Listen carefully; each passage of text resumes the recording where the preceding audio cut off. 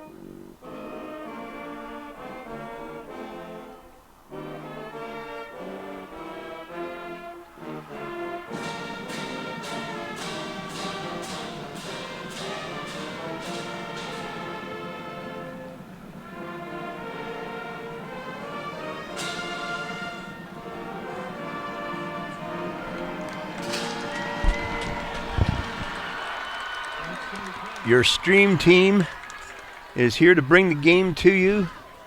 Stream team is Goody Marcuson, Alec Eskin, Ben Hoyt, Pat Patterson, and yours truly, Don Mink. Mike Risciardi, who usually helps us, is down on the field doing some field work for Fox 29. The game is going to be some highlights of it later on tonight. These two teams are the only two to get to the Sweet 16, 6A playoffs the last 3 years in a row. So this has been it's a rivalry from afar. Yeah, and it's a popular one, a fan favorite. The Coatesville fan base travels very well. They're here in force.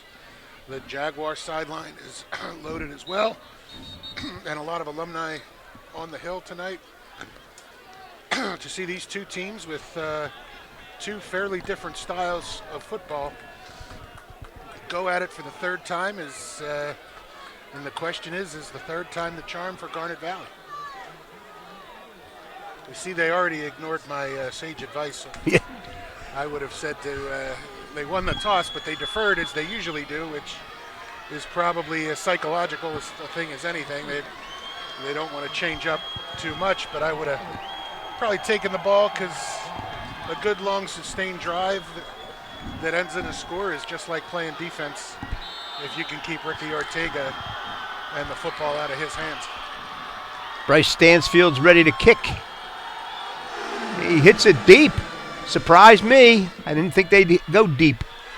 Here comes out to about the 33-yard line.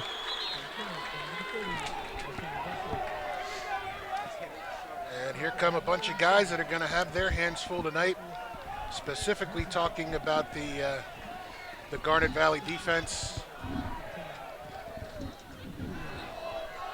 They need to control a quarterback that can run as well as he can throw it, and they need to cover one of the best athletes in the region.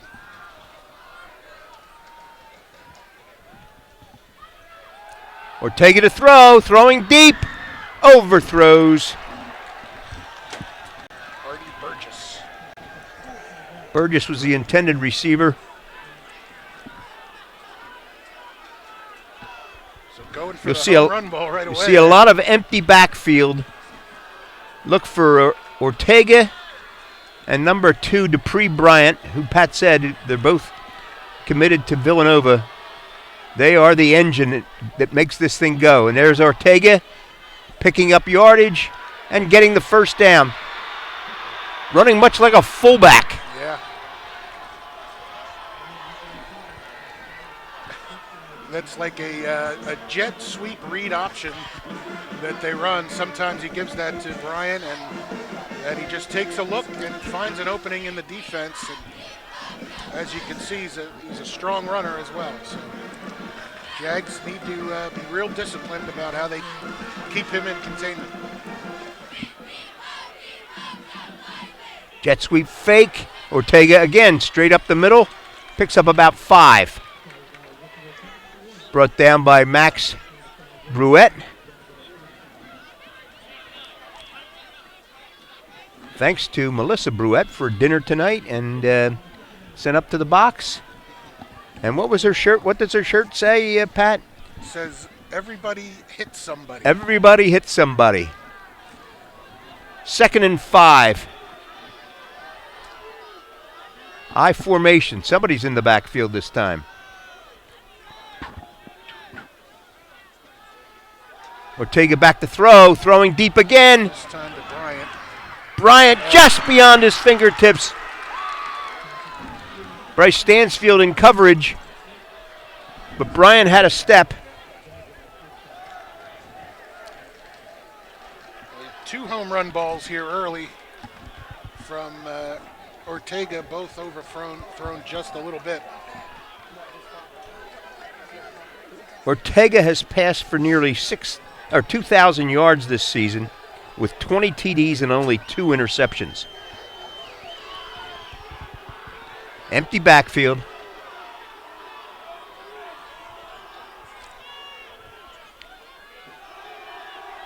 Little slip off to the side. Picking up the first down is John Ruttman, number 3.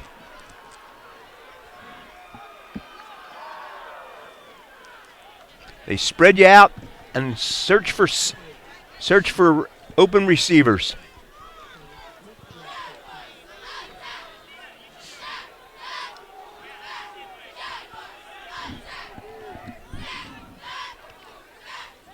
Bryant on a jet sweep. Picks up about 5. Brought down by C.J. Wood. That's Nicolaitis. And Nicolaitis. 2nd and 5.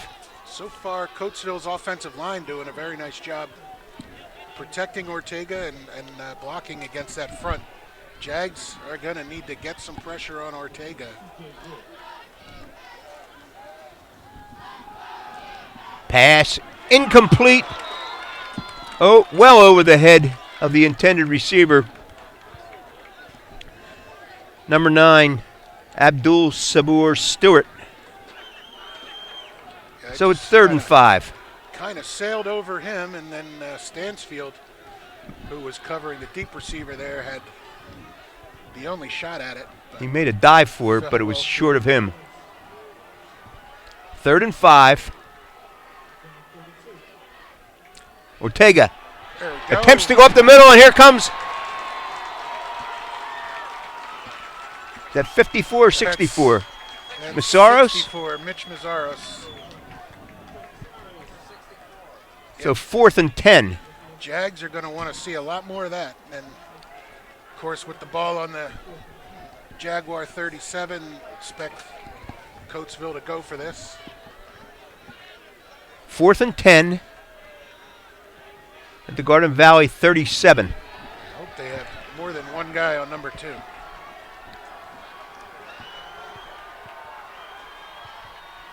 Ortega. Here comes a rush. Hit, God. but touchdown. Artie Burgess. Burgess makes the catch.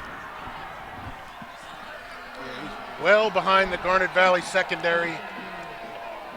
Jaguar rush almost got there, but Ortega, standing tall in the pocket, delivered a strike down the field to 21, Artie Burgess.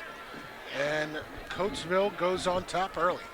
So his 21st touchdown pass of the season and 123 for his career.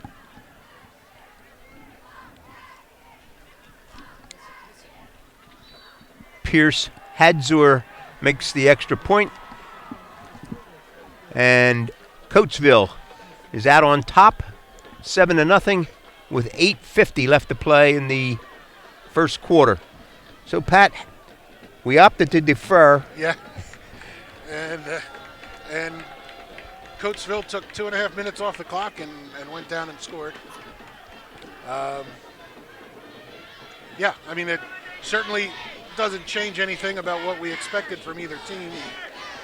Now the Jags are going to be pressed to answer this, and hopefully they do it with a very efficient, mistake-free, long, time-consuming drive.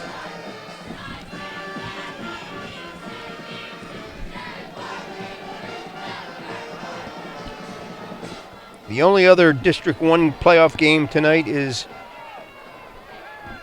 Downingtown West versus number 12 Haverford. So it's 2 Central League teams versus 2 Chesmont League teams for the District 1 championship.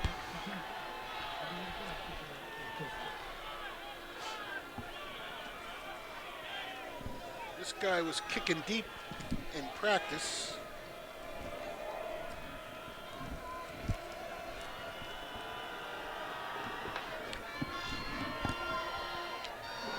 Matt Furcon. Ball's loose, but they say he was down. And somebody's hurt Somebody's rolling. somebody is really hurt for Coatesville. Number 32. Carmoni Brandon Huggins. He's holding his knee.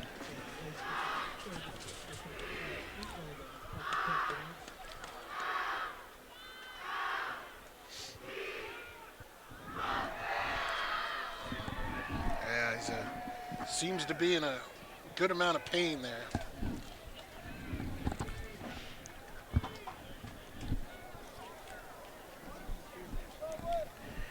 Quick shout out to Jim Litwa, who expresses his thanks to us for getting him together with his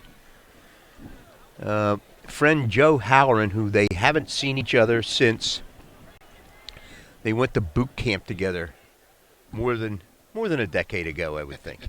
A long time ago.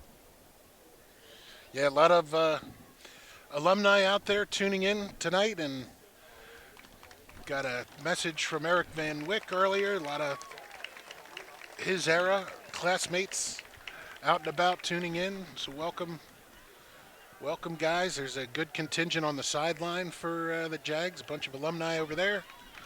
The Shomo family tuning in from Western Pennsylvania and other parts of the country. General Widley, hopefully joining us on his And retired Captain breakfast break. Stan Solomon as well. Quick toss. Cutting back. Finding some running room is Jake Morin. Speaking of Jake Morin, Jake and Sam's Aunt Joyce and Uncle John DiCarlo in Lewis, Delaware are watching. I'm going to get a shout out from Linda Morin.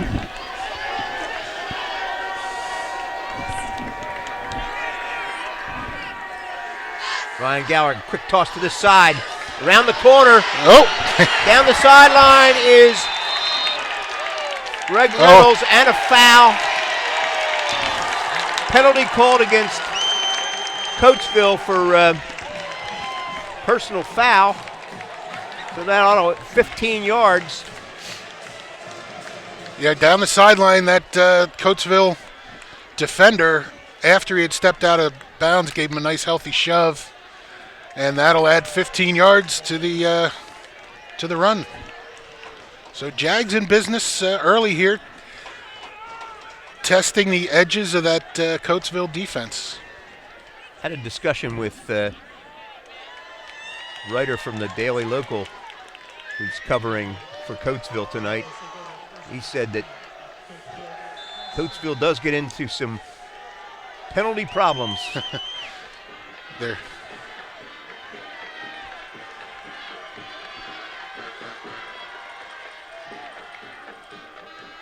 Pass. Almost intercepted. Danger was open down the seam, but he tried to hit number 21, Greg Reynolds, here on the sideline. It was almost intercepted. Good coverage. Yeah, there was good coverage there. There was nobody else on Gallagher's mind except trying to get that ball into Reynolds, and almost a big mistake there.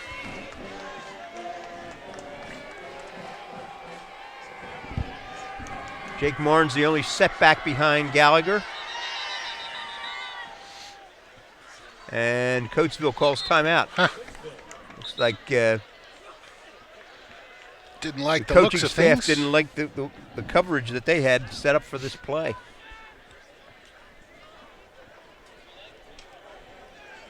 Let's say hello to the Teachies over at Maris Grove. Bryce Stansfield's grandparents, always with us.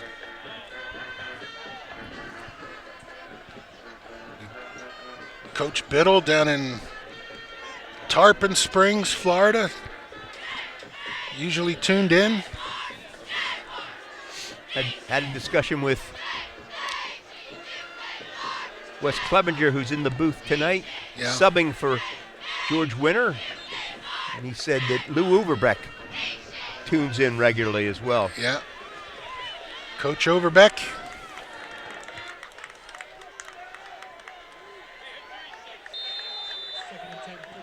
Wes Clevenger is filling in for George Winter, who's home tonight with Ruth Ann, watching us intently.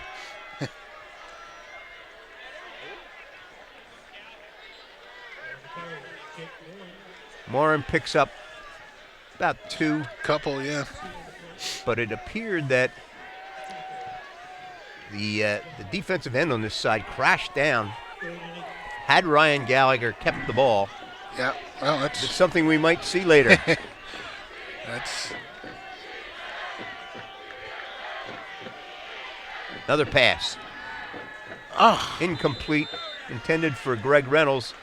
Tight coverage. yeah, same play as before, just a quick stop pattern, and number 9, Abdul Sabor Stewart, just over there denying the ball. So 4th and 8 at the 25-yard line.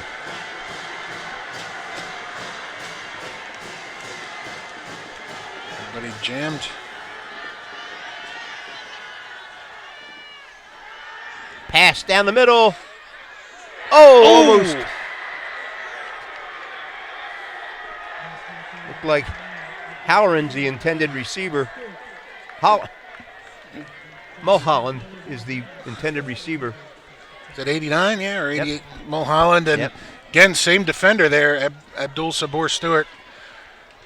Just no room, wasn't fooled there, and then in good coverage, got a hand on that, broke it up. Looked like Mulholland might have had a shot at it on the tip, but we've seen Garnet Valley throw more tonight in this first possession than they usually do in an entire game. Yeah. Ball's handed off. Picked up about 12. John Ruttman that time. John Ruttman.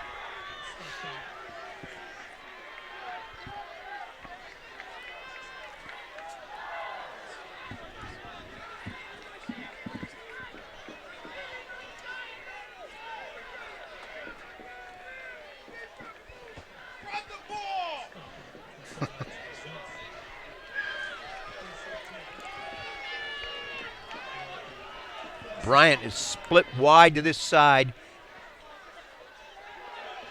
Underneath, jet sweep. Oh, the ball's loose. Garnet Valley celebrating.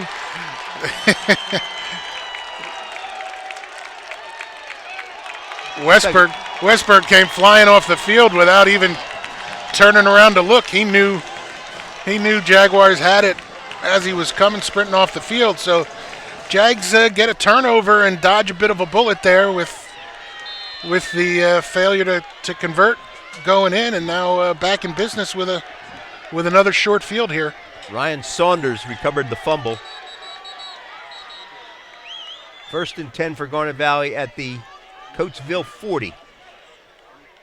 Officials calling timeout. Oh, pointing to somebody. Oh, equipment problem. Coatesville jammed in the box here with like a goal line defense. Jake Morin dives ahead for about 6. Yeah. Yeah, you can't tell the linebackers from the defensive backs because they're all so close to the line of scrimmage. They just have the safety back. They're all in tight and they're all wearing low numbers. Yes. 2nd and 4. That's a good effort by Jake.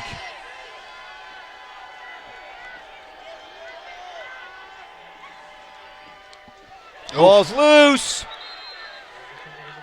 Looked like Gallagher alertly fell right back on top of that one. You see Coatesville in this defense. Gallagher got tripped up. Morin got tripped up there on that last play, but get past that first onslaught, you got some room to run if you get up to the second level. Garnet Valley has a wide receiver to each side. Ryan Gallagher again. Back to throw. Screen. Oh, it was set up. It was. It was set up, but the ball falls incomplete. 4th and about 5. Lamar Brown from Coatesville coming off of that end, and that was the space that Morin needed to be in there, and had some blockers, just couldn't connect.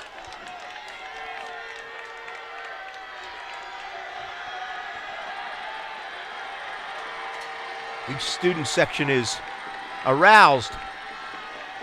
Gallagher back to throw. Throwing to the sideline. Looks nice. like it was caught. Yeah. Tie goes to the receiver. Yep. 1st down, Garnet Valley. Nice quick connection for number 10, that wide receiver, yeah.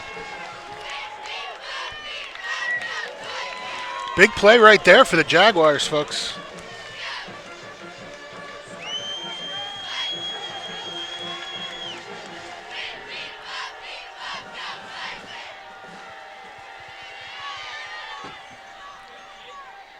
Pick up of about 4. Yeah. Jake Morin. Shout out to Pete and Kathleen Trezera down in Tampa. And their friends John and Carol Mowry. Jesse Cheney always checks in with us. And well wishes to Rich Castafaro. He and Gail are watching at home in Springfield. Gallagher keeps to about the 15.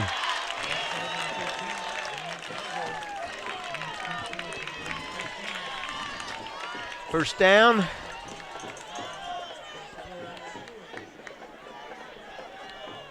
Sis Borden is checking in from Sea Isle. She's a constant watcher and listener. 1st and 10 at the 15-yard line of Coatesville for Garnet Valley.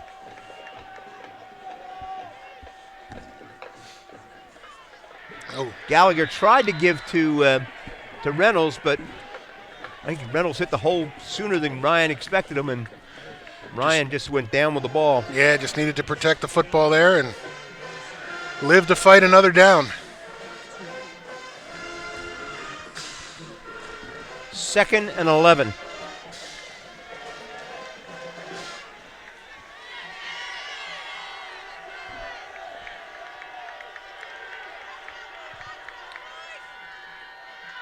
Gallagher keeps. Picks up about 4.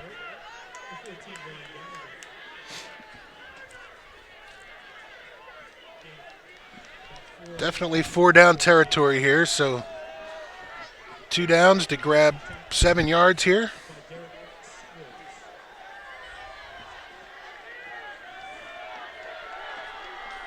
Two wide receivers to this side.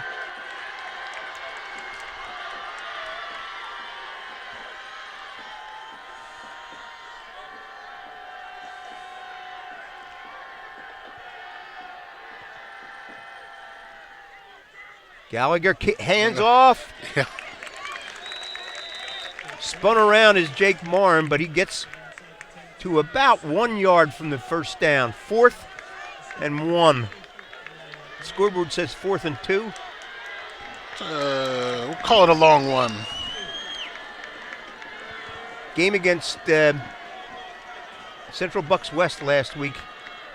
The center of that Coatesville line jumped off sides regularly on hard counts in these kinds of circumstances. Ball snapped quickly. Reynolds to the outside. Gets around the corner. First down at least. First down. They're going to put it at the 1. Quick toss to this side. That is actually not a bad outcome there. It's Jags with a 1st and goal and the chance to take some more clock down while Coatesville does not have the football.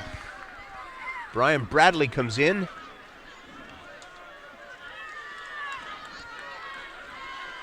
Two wing backs, one to each side. Jake Morin in the backfield. Morin dives in, short of the goal line again. Another play, Pat. Yeah, there's a big crowd there in the middle of the Jaguar scrum and just couldn't quite get in. Garnet Valley lines up right over the ball. Gallagher presses hard and is in. So with 1:45 left in the first quarter, Garnet Valley has a chance to tie it up with an extra point. Yeah, good sequence there. The Jags, especially that 3rd down play that got them to within a 4th and 1 play. Able to get a 1st and goal down close and then cashing in with the points. Right back at it. Reese Malik the hold. And the kick is up and good. Reese last week tied a season high or tied a record for extra points in a game. I'll get that out. Extra points in a game, 8 for 8. And kicked his 63rd extra point, which is the highest in any season by a Garnet Valley kicker. Now his 64th. Wow.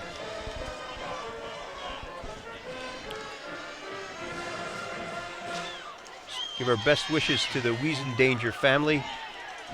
So Jags averaging about over 350 yards in offense throughout the playoffs and have been putting up over 45 points. Coatesville can boast some similar numbers.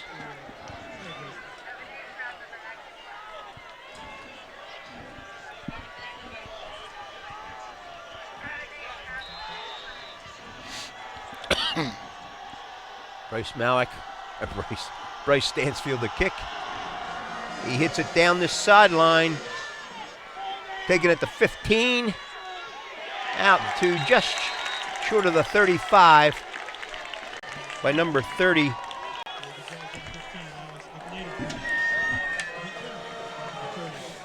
Ashawn Wesley.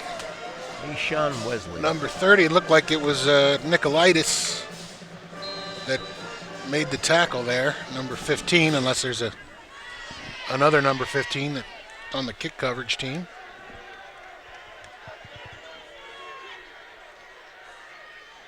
Looks like Bryant's going to throw. He's throwing deep. Incomplete. Oh, he got the flag, though. They're going to call Bryce Stansfield for either holding or pass interference. And actually had pretty good coverage there, too. But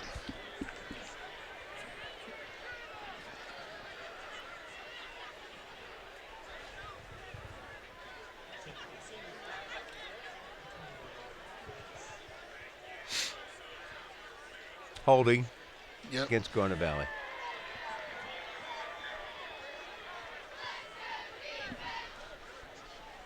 So not the worst thing that can happen on a trick play. They burned that play from their playbook and didn't get the big score it was intended for. minor victories. Ben Hoyt just gave us a quick scoring update. Downingtown West is up on Haverford 14-0. Here we are 7-7. Fake the jet sweep. Ortega flips a pass to the outside. Man. Westberg so frustrated right there. He had him. And Ortega with the very athletic forward pitch to a receiver to make a 2nd and short.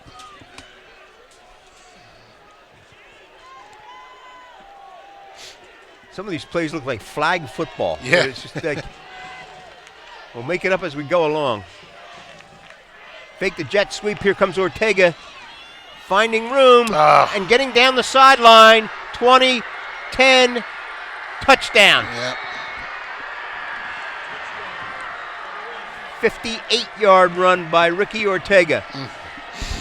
Just did that jet sweep read and backside draw.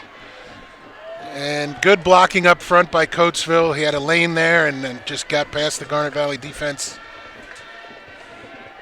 They got to the middle of that defense needs to be real disciplined about containing Ricky Ortega. Hadzor to kick.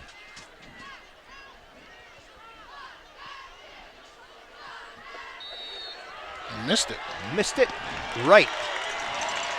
Garnet Valley trails 13-7. 1:14 left to play in the first quarter. As we are always obliged to say, that one may matter later. We failed extra point.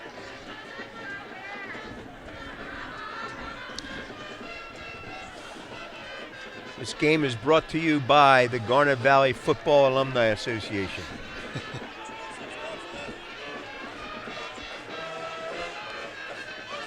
Our thanks to sponsors throughout the year: David Dodge, Garnet Ford, and Team Toyota, Colliers International, Brandon Bedell, Brian and Reggie O'Neill, McNeil, I'm sorry. Yep. I gave it an O'Neill. Jerry Montella. Jerry Montella, yeah. Treasurer extraordinaire for the Garnet Valley Football Alumni Association.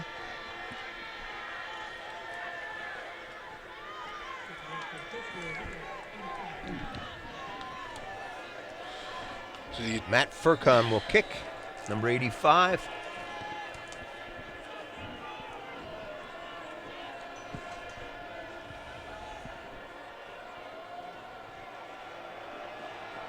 Hits it deep. Jake Morin takes it at the 20. 30. Oh! Tripped up and gets out to about the 32. Quick shout out to Rich McHugh, tuned in, and chief statistician making one correction that Brandon Dowd still holds the most extra points in a game with 10. Really? But Stansfield does indeed hold the season record now. Thank you, Rich.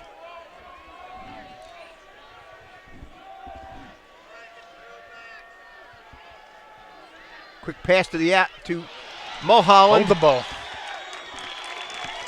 Looks like he's at or just short of a first down.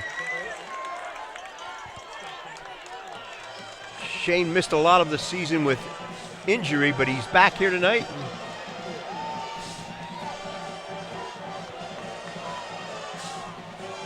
50 seconds left in the first quarter. Ball's given off. to Jake Morin. Picks up about 5.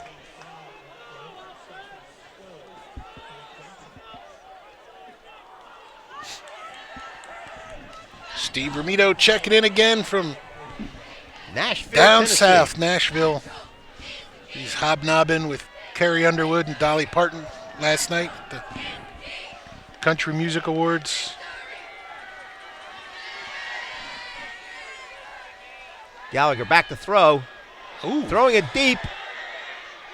Oh, what a great catch. Oh, out of bounds. Almost. Wow. Great throw. Good attempt by, I think that's Mulholland again. Yeah, it was Mulholland rolling down the sideline. He was well covered, but the ball dropped right in there. Yep. And the sideline was not his friend. Yeah, they're not getting any separation from these Coatesville defenders.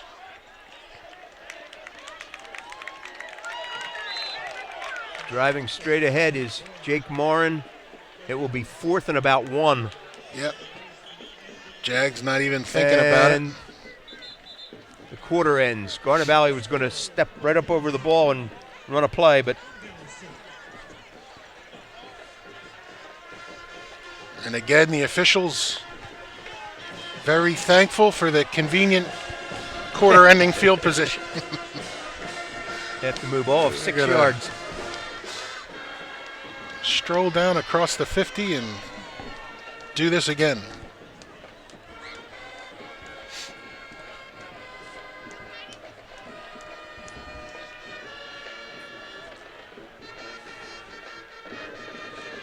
So Jags again with a 4th and short, just inside of Coatesville territory. Not even a question of whether or not they're going to go for it, but it does become a crucial play.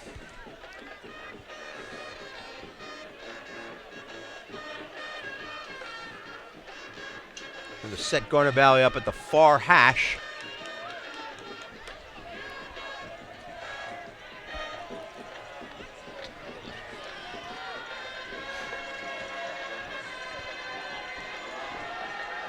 Jake Morin and Greg Reynolds behind Ryan Gallagher. Reese Malik on the wing.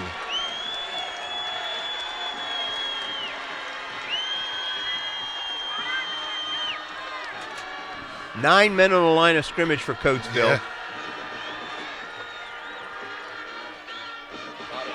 Oh, Jake Morin picks up the first down. right behind Schwartz and Olson on that right side. And Jake Morin, the guy you want in those short yardage situations, just tucked in and got through that first line. Chalked that one up to the Garnet Valley offensive line, folks. Just Big underway first in the down. second quarter. Garnet Valley trails 13-7. Jake Morin battles for a yard or two.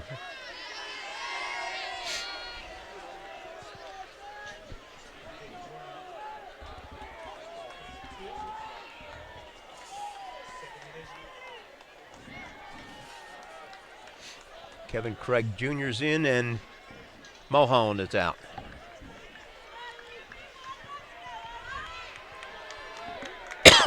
Excuse me. Very tight formation for Garnet Valley, which will mean a very tight defensive formation for Coatesville. Oh, Gallagher man. spun down. Jordan Engler just crashed through. They were all jammed up on the line. There weren't enough Garnet Valley blockers to block, and Engler just got off free and tracked Gallagher down before he could roll out. He was coming our way.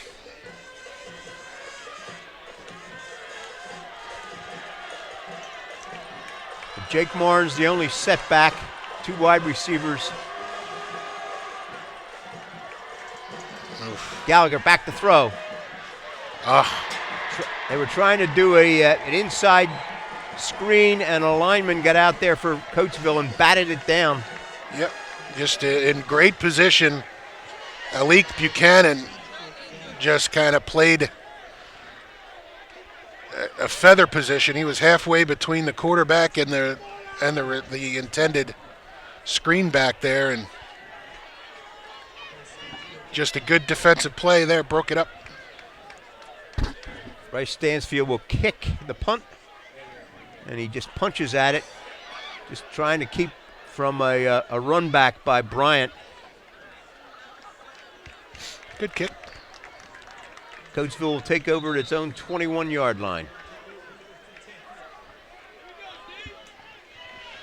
Jaguars offense kind of switching things up tonight, airing it out a little bit.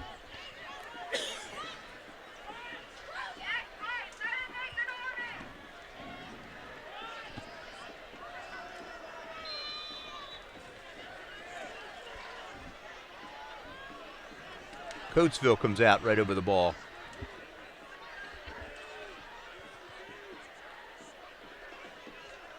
Ortega up the middle. God. He breaks a tackle.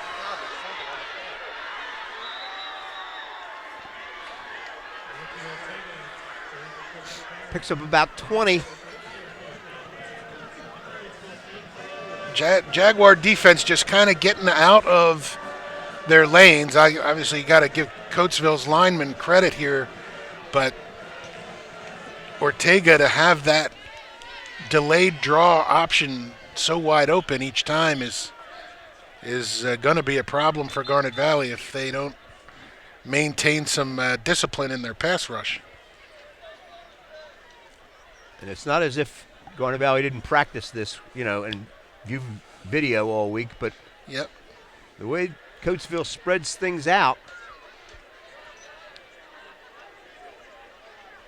the officials that called time here have made no effort to show us what it is they called timeout for. Calling the coaches over.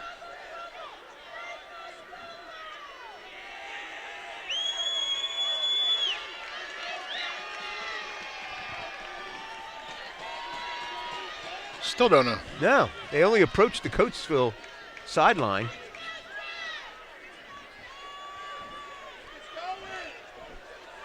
So Ortega's in the backfield with Ruttman set behind him.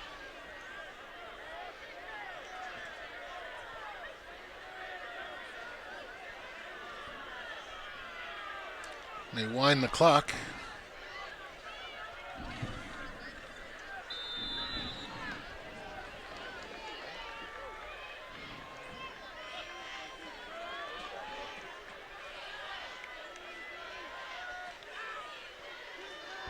Ortega, straight arm, but there you brought go. Down. Nicolaitis, number 15.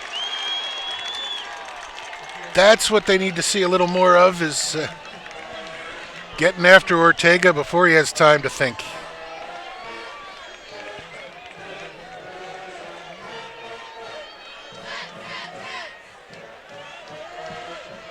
Watch another deep shot here. 2nd and 18.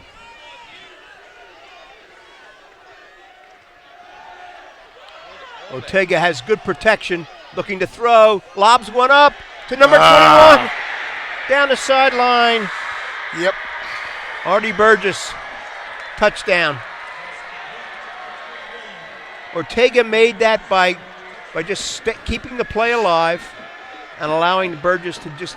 And it was just fantastic touch on that ball, he just lobbed too. it up to let Burgess run under it. Yep.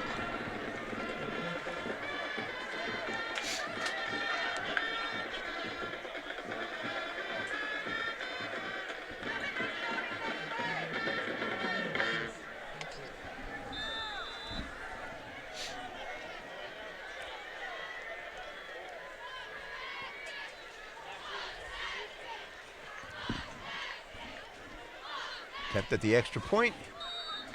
Kick is good, and it's 20 Coatesville, 7 Garnet Valley, with 8:45 left to play in the second quarter. And you know my recipe for that. Use it all up. Yes. Take it to the half and get the football back in the second half. You get a new ball game. The Jags need to just stay committed to the running game. They're doing well there. Mixing it up in the middle and catching the wider option there. The veer piece of the option is opening up for him.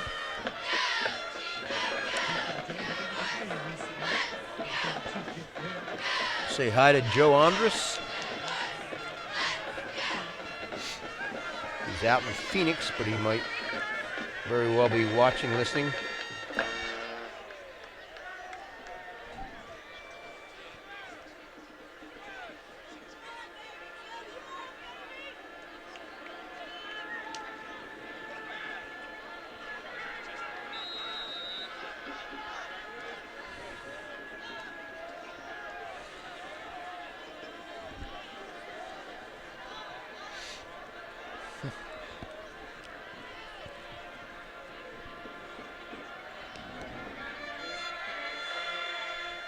Jake Morin takes it at the 10. Curls back, finds a seam, and gets out to the 25. Good kick, good coverage by Coatesville. Decent return by Morin.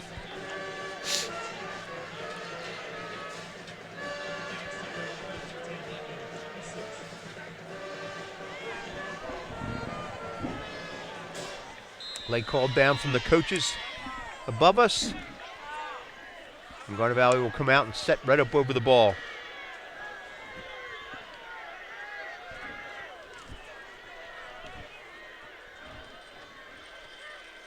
Quick toss.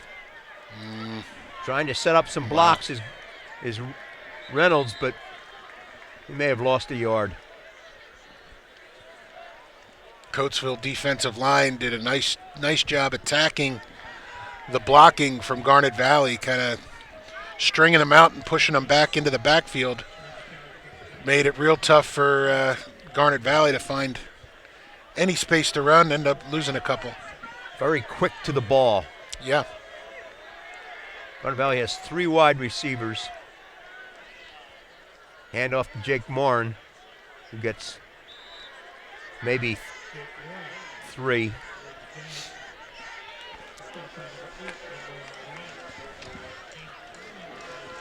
So it's 3rd and 10.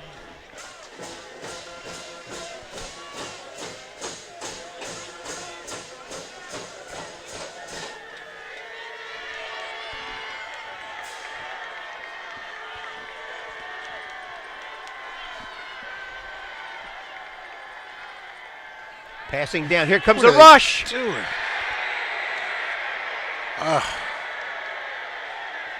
That time, the same guy, number 10, Jordan Engler, came off the corner, and both the Garnet Valley offensive line and the running back stayed in for max protection, but didn't matter. Engler beat them both and got to Gallagher. Jags will have to kick it again. Stansfield will punt. Bryant back to field the punt. Angled towards the sideline and out of bounds. I watched them practicing sideline punting all week. Yeah. I'll tell you, watching film, Coatesville's defense looks a lot more daunting than they did last week Yes, against they do. Central Bucks West.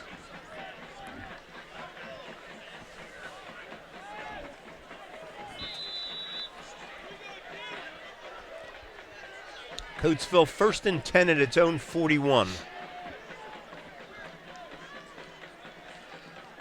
Here comes the rush. And the ball's loose. And Garnet Valley's on it. Man. Sam Morin recovers the fumble. Jake Barn on the outside backer blitz. Coming right in. They were going right to the hole. Made a good hit in the backfield, and the ball came out. Yeah, just as Ortega was handing it to the running back, Yeah. Jake was there, and Sam recovered. Another opportunity. 2 takeaways for Garnet Valley. Turned into points last time. Let's see what they can do. Still 6:40 left in the half. Gallagher back to throw. Here's a wheel route. Down the sideline is Jake Morin. He cuts back in. Touchdown. Wow. 37-yard touchdown pass. Gallagher to Morin.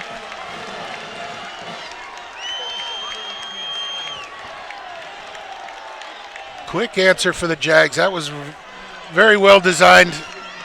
Jake Morin released from the backfield, nobody covering him. And then just the rest was all him. He had a receiver downfield, gave him 1 block, but he shook off a couple tackles along the way.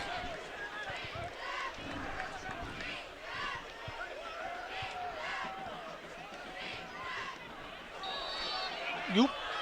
And that's missed. Just wide. There's something wrong with that goalpost down there. So one for Coatesville and one for Garnet Valley. Both looked almost exactly the same. Coatesville leads 20-13 with 6:31 left to play in the half.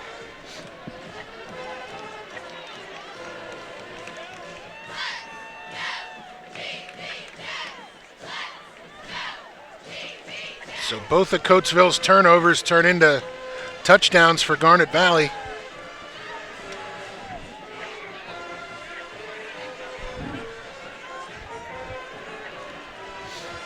See if they can get a 3 and out here. Coatesville's 3 touchdowns have all been quick strike touchdowns. Yep.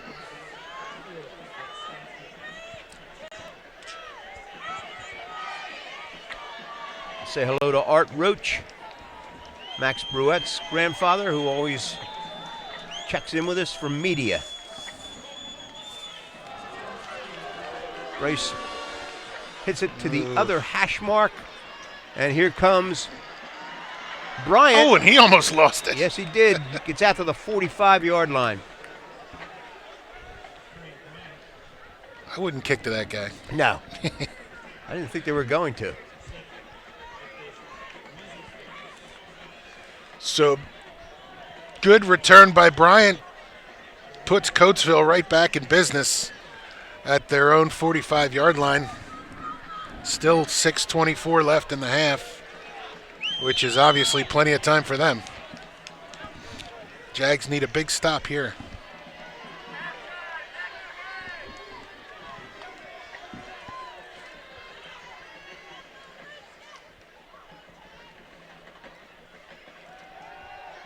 Ortega finds running room. Oh, gosh.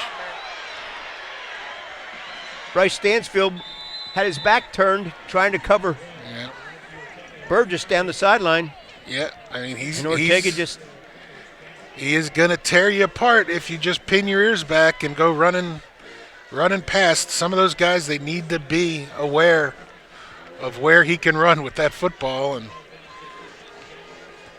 stay in some kind of control of yourself when you're rushing the passer. So just like that, it's 1st and 10 at the Garnet Valley 27.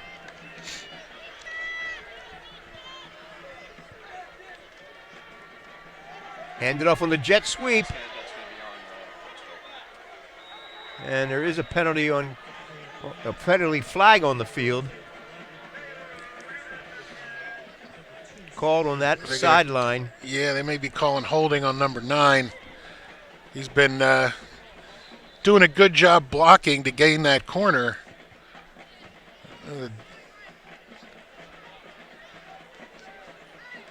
Sideline warning.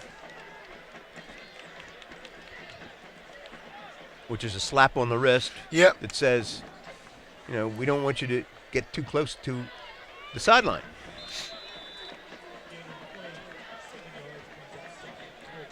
So it's 2nd and 3. Bryant picks up 7.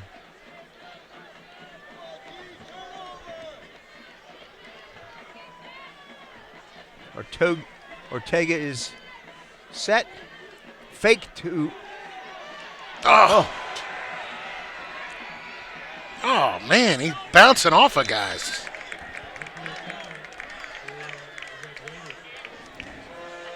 Nicolaitis finally pushes him out, but not until he's. Ortega looks a little first down. Looks a little shaken up coming back to the huddle. Kind of favoring a leg there. Yep. Yeah, he's a little gimpy on that right leg. Running real strong. Just whoever the first tackler was, he just was able to throw him away, and Nicolaitis wrestled him out of bounds. But here's a wildcat with Bryant receiving the direct snap.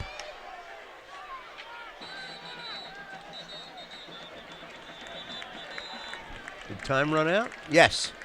Oh, delay of game. Yep. Delay of game on the game clock.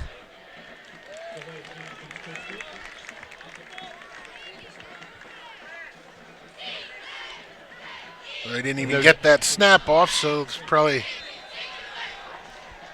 run that same play. He still looks a little fragile there.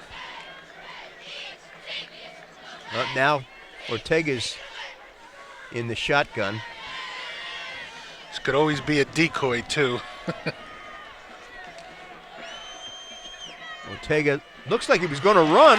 Yeah. And he got stormed under by Max Bruette and Mazzaros and Jake Morin. All came after him. Looked like that was that straight up draw there, but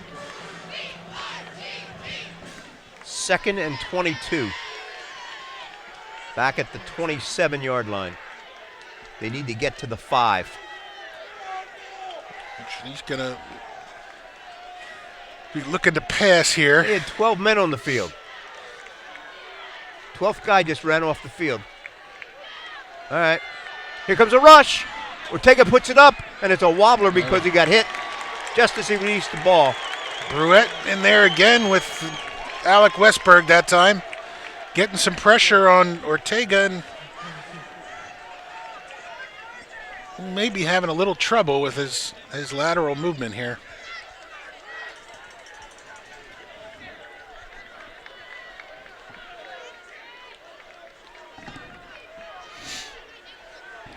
Down to 15 on the play clock.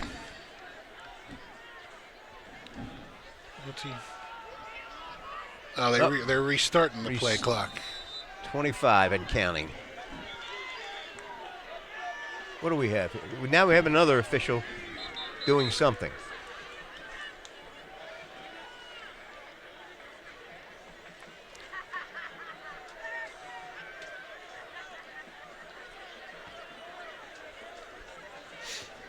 Greg Reynolds in there at D-back. Safety or cornerback.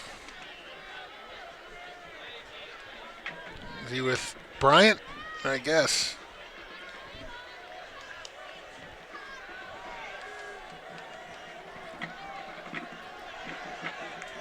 Ruttman, number 3, is in the backfield with Ortega. 3rd and 22.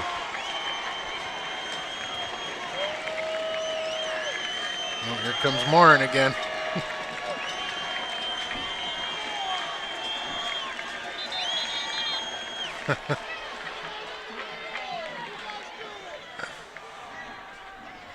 What are they doing?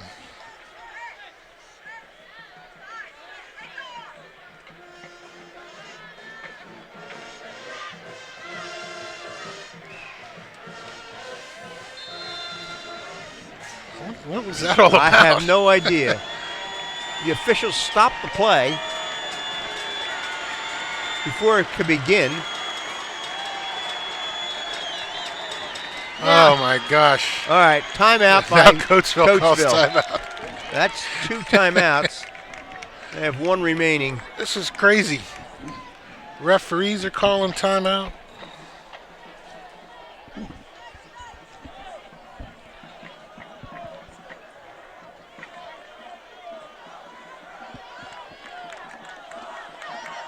Shout out to Mo DeFrank, Jerry Demling, Bill Shaw, all former teachers here at Garnet Valley. Frank and Betsy Shaza always check in, and along with their friends Tom and Kathy McLaughlin.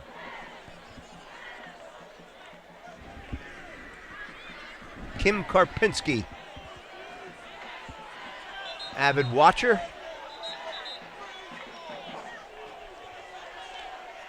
We gave Kim 2 shout-outs last week, and I don't know whether the audio was on either time. Garnet Valley's fans are making a lot of noise.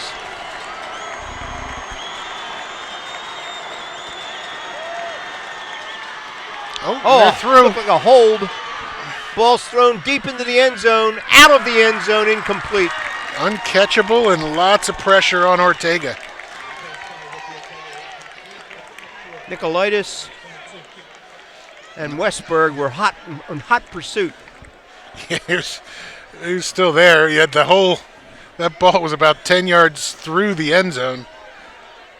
And the D-back still trying to stick with his man through the back of the end zone.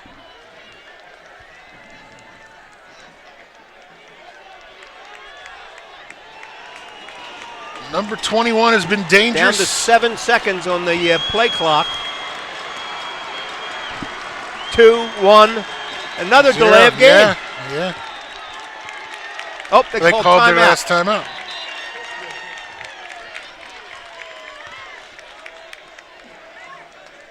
So Coatesville out of timeouts with 5 minutes to go. Ricky Ortega's dad, Matt Ortega, is the coach, longtime coach at Coatesville. So we're looking here like what? 4th and 20? 4th and 22, according to the. Yeah, They have to get to the 5.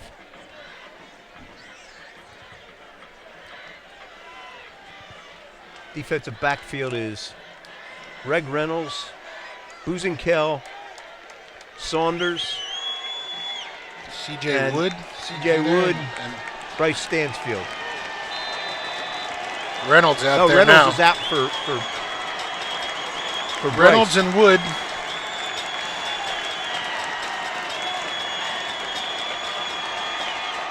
Ortega with time, throws deep into the corner of the end zone. Incomplete. Garnet Valley will take over on downs.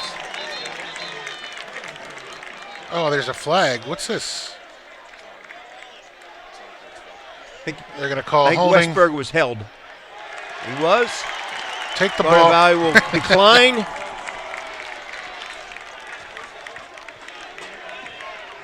And take over at its own 27-yard line. With 4:56 left to play in the first half. Nice 4-minute and 50-second drive would be nice right now. That was the defensive stand that they needed, and now the Jags offense needs to reward that by using the rest of this half and getting in the end zone one more time. Quick toss to the outside. Reynolds trying to make some running room and can't turn the corner. Coatesville doing a nice job in pursuit and swarming over there. Three Coatesville defenders stringing that one out. Evan Fenster's in for Greg Reynolds. 2nd and 9. Malik and Mulholland come to this side. Fenster and Jake Martin in the backfield. Oh, Gallagher is rolled down.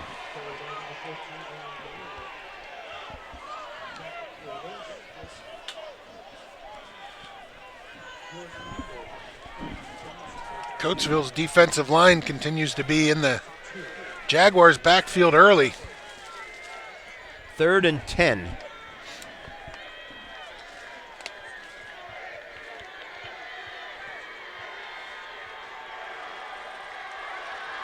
Gallagher under center. Back to throw. Trying to find room. Makes it. And good tackle. Wiesendanger makes the catch. Frank Johnson, number 12, makes the tackle. It's 4th down. Yep. Jags will have to kick this one.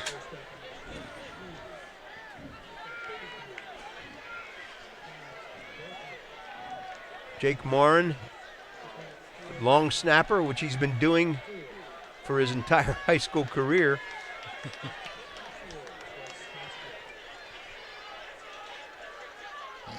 A little high snap, but plenty of time. Bryce kicks it towards this sideline and out of bounds. Yeah, good spot right there. At the 40. 2:52 left to play. Coatesville has no timeouts.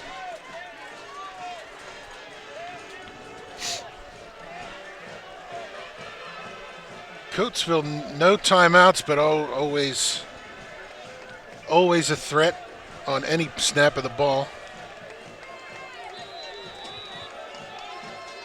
They got to Ortega a couple times here of late. Max Bruette threatening to blitz. Ortega throws to the outside. Nice tackle. Bryce Stansfield. Burgess made the catch and tried to juke Stansfield, but Stansfield stayed right with him. Yeah, it was a real good job by Stansfield, all by himself on an island there. And if Stansfield able to make him, or Artie Burgess able to make him miss. 2nd and 4.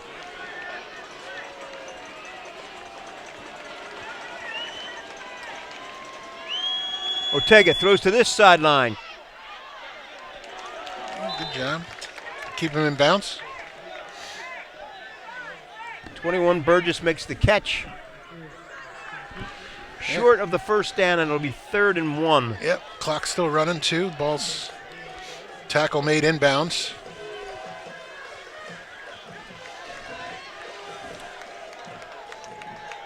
Artie Burgess goes off a little gingerly. 1:45 left to play in the first half.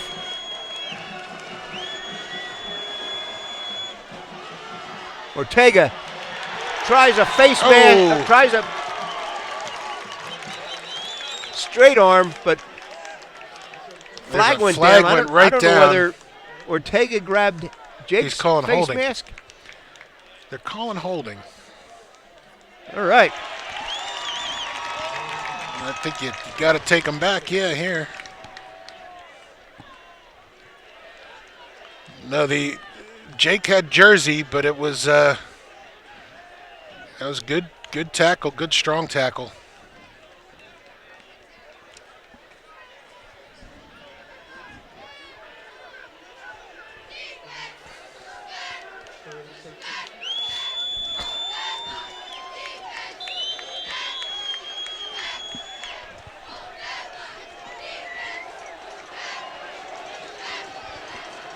Third and about 12.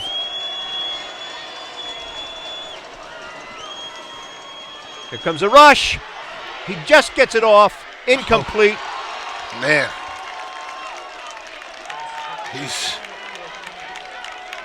That was Gable that time, who's playing on a pretty weak ankle, and came flying in right as the ball was being released. And Ortega definitely paying the price for not getting sacked, but he is getting hit every single time he throws the football. And Ortega's usually the punter, and he's not. Yeah, there's something wrong with one of his legs.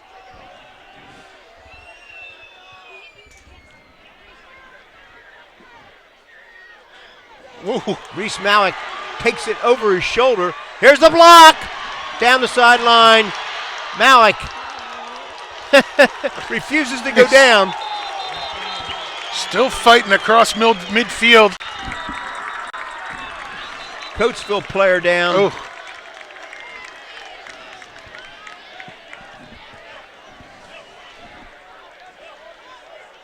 number 11, Prophet Shockley.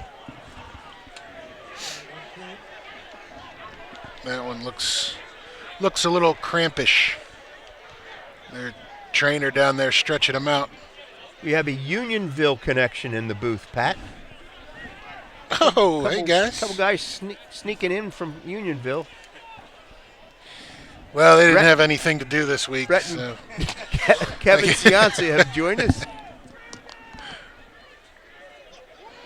What? What's this call? Oh, it called blocking the back or holding. Oh. We didn't see a flag, folks. So instead of being up around midfield, it's back at the 18. Yeah, with less than a minute to play. 57 seconds to go in the half. Just down a touchdown, getting the ball back at the start of the second half. Wouldn't be taking too many chances at this point of this position on the field. But Gallagher back to throw. No, quick draw. Gets out of bounds. About the 24-yard line.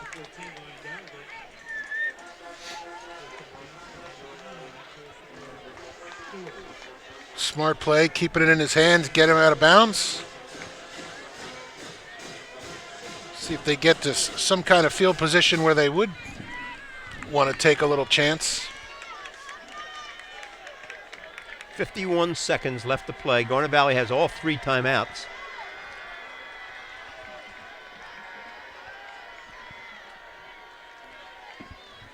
Oh. Gallagher keeps. Bootlegs to the right. I think that was out of necessity. I think he was supposed to hand it off to Malik. Yeah, it looked like it was the counter. And they got a little deep there. He just kept it. Check this spot. Doesn't. Yep, they're going to move the chains. Still 43 seconds left.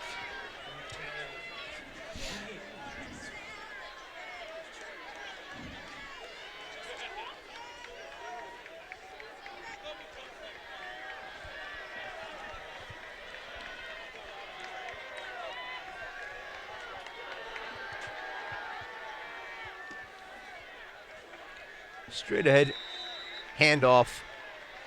Yep. To Jake Morin. He picked up a couple. And the clock runs.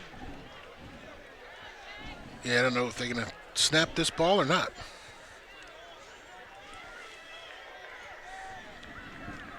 Gallagher's under center. Looking to throw. Nope, another draw. And this time he's kept in the middle of the field. That ought to do it. Time should run out.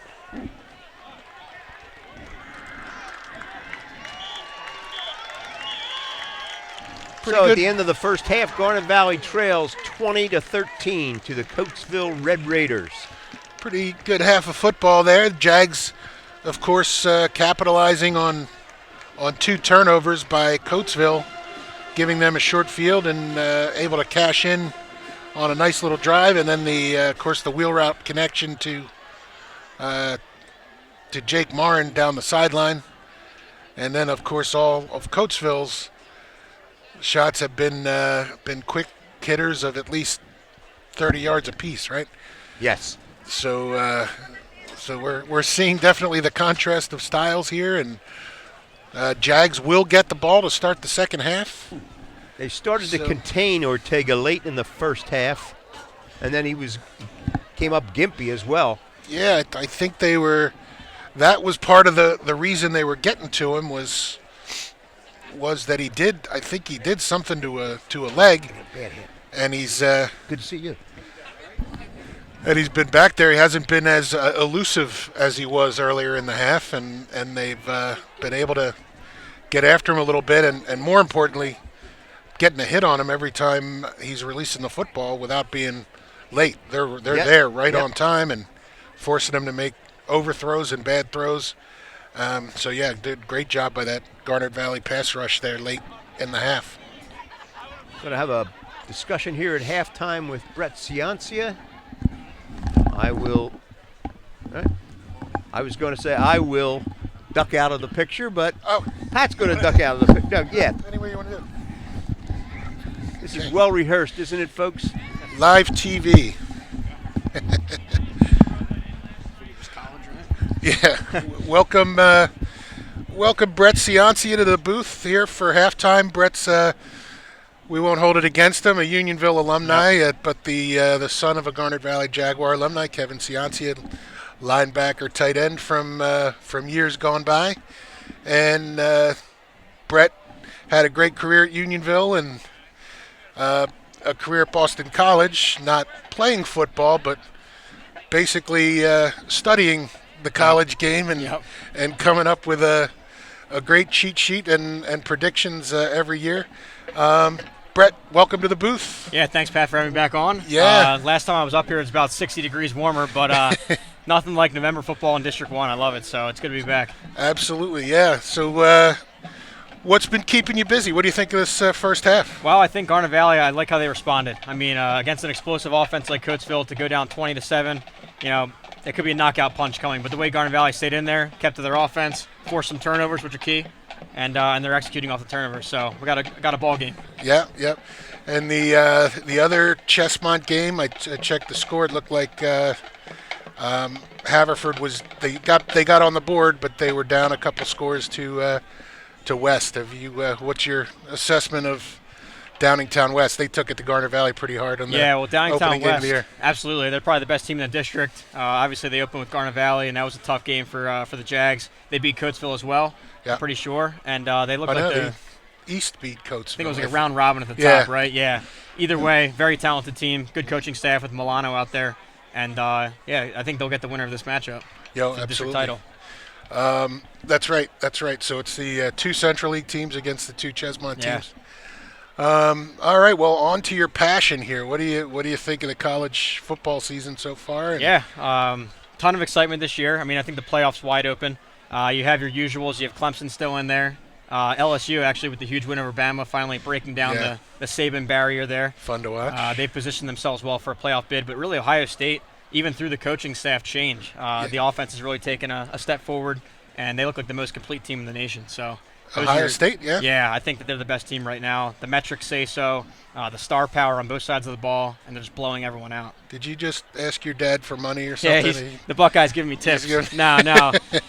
They're number one, by far number one in my game grader formula. All the metrics are in their favor, and if you just watch them, I mean, they're pretty excellent on both sides of the ball. Talk a little bit about your newsletter. Tell everybody what it's called. So I founded Pick 6 Previews back in 2012, and over those 7 seasons, we've been graded the most accurate BCS prediction site in America. That's more than Athlon, Phil Steele, Sports Illustrated, ESPN. So we have the 7-year title. And then this year, some news. I was actually just invited to become a Heisman voter. Oh, really? Yeah, huge personal news there. It's awesome. The ultimate honor in college football. So I'll be voting on that this year. So this summer I put out a preseason book, got some traction nationwide, and I was on 50 radio and TV shows and channels. Yeah, I was going to say. Did quite a radio tour there, and it's been great.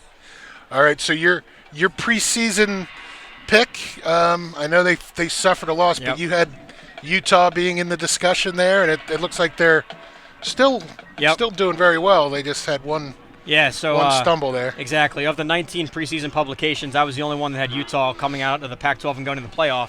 And the only one that didn't have Alabama. So that's looking nice, too, now that they have a loss tagged on them. So, the Utah pick was pretty bold, but they still have a path to the playoff. If they win out, and if Oregon wins out, it sets up maybe a 4 versus 5 play-in game. So I think the Pac-12 is still very alive. Still alive. What about our fan favorites here? Penn State suffered a tough loss there last week to number 17 Minnesota, and paid for it in the rankings. And what's their path back if they have one? Yeah, so I think Penn State actually, they still control their destiny. If they went out and they're in the playoff, that means they would go through Ohio State and then the Big Ten title game. Right. But I was more shocked going in. I wasn't really a believer in Minnesota, to be honest. They haven't recruited at the same level as Penn State.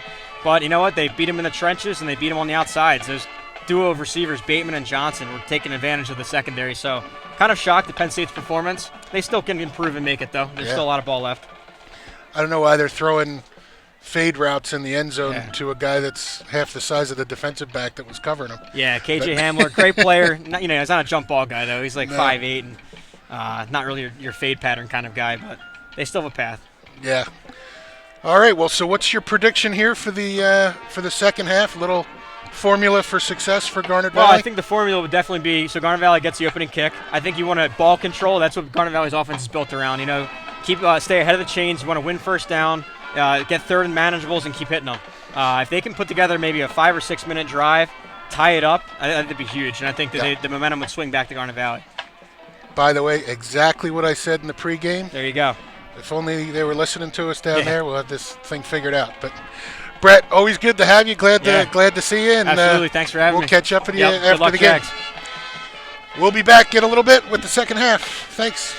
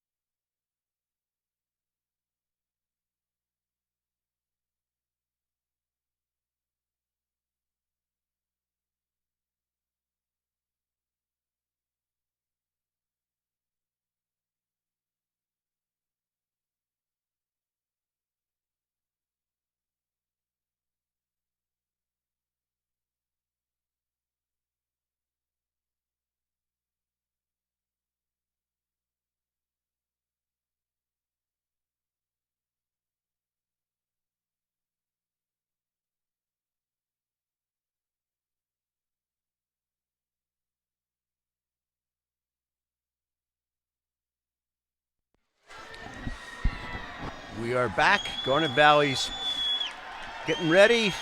Coatesville's getting ready. Garnet Valley will receive the kick to start the second half. They trail 20-13. And I think it's incumbent upon Garnet Valley to at least drive it down, if not score. Get it deep into Coatesville's territory. Because Coatesville has that quick strike ability. This is why you defer the toss at the beginning of the game, so you can start with the ball in the second half. And not exactly your strategy. But nobody could use it more than the Jags right now. Yes, so, indeed. Because they didn't use my strategy earlier. But interviewing Brett Cianci at halftime, his keys to success were the same as mine at the beginning of the game. For success at second half is Garnet Valley's got to commit to its regular game plan and keep the ball on the ground, grind it out down here, and get long sustained drives that hopefully end in a score. You got a brand new ball game, change of momentum, and Ortega looked a little vulnerable there at the end of the half, and the Jags defense was definitely getting to him again, if not sacking him, getting pressure on him and getting hits on the quarterback, which forcing overthrows, underthrows, and wild pitches. That Garnet Valley defense just looked really good there towards the end of the second quarter. Yep, they were getting to him. Yep.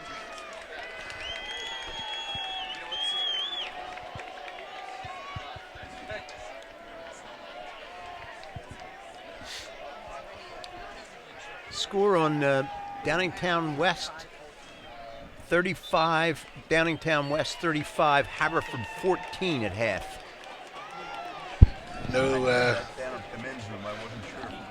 Quarterback Trey Blair from Haverford suffered a hip pointer during the game last week and downplayed it, and I'm sure he's playing tonight. But those are some painful injuries. Absolutely. A hip pointer, and that may be impacting his performance tonight. Matt Furcon, number 85, will kick.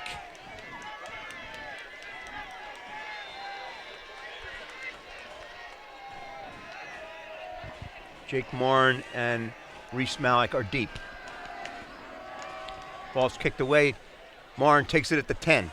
20. Has some room. Blocker. 30. 35-yard line. Good return. Yeah, very good return. Good blocking there, and Jags will start the half with decent field position.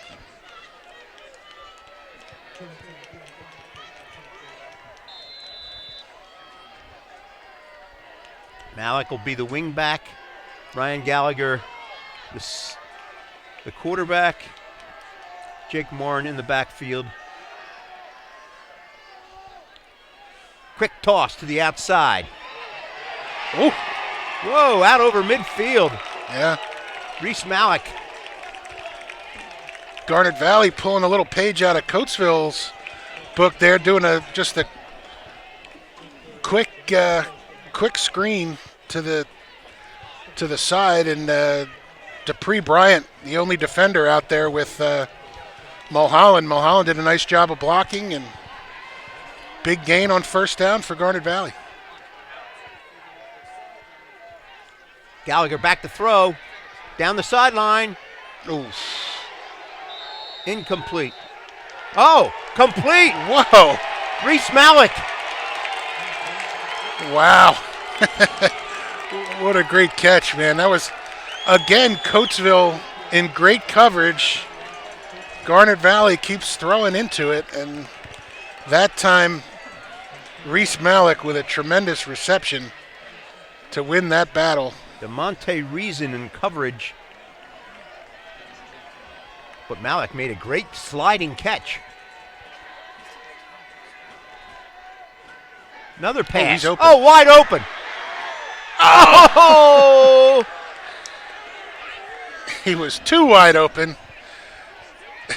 Gallagher just put a little too much oomph on that one, and So 3 plays into the second half, and Garnet Valley has passed on all 3 plays. Kevin Craig unable to run under that one. 2nd and 10 at the Coatesville 25.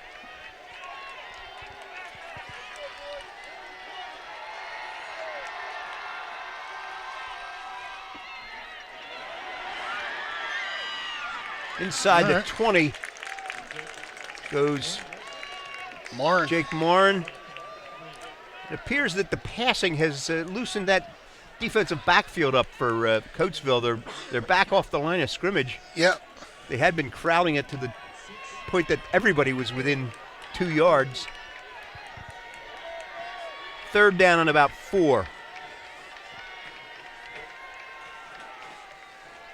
Jake Morin gets close to the first down, but they're going to have to go for it on 4th if they're going to get a first down.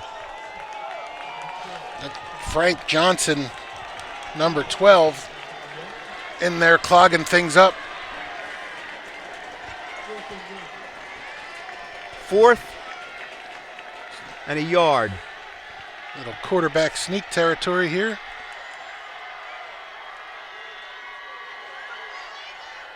Trying to get Coatesville to jump.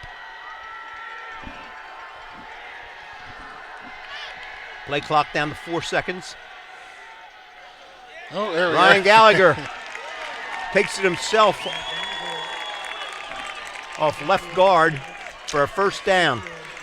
Keeper all the way there looked like an option where there could be a pitch to the outside, but Gallagher hanging that the whole time, just tap dancing his way to the end of the line of scrimmage and turning it up for the first down. 1st and 10 at the 11.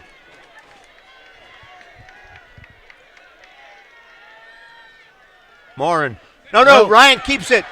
Cuts back into the 5.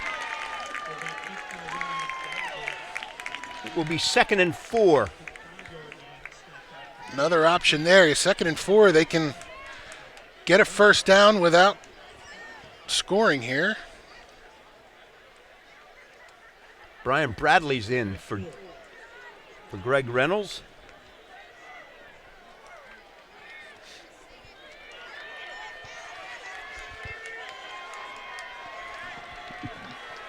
Jake Morin, the lone setback. Ryan Gallagher into the end zone, off left tackle. So Garnet Valley did as Brett and Pat suggested. They take it down. Yeah. The passing might have loosened things up.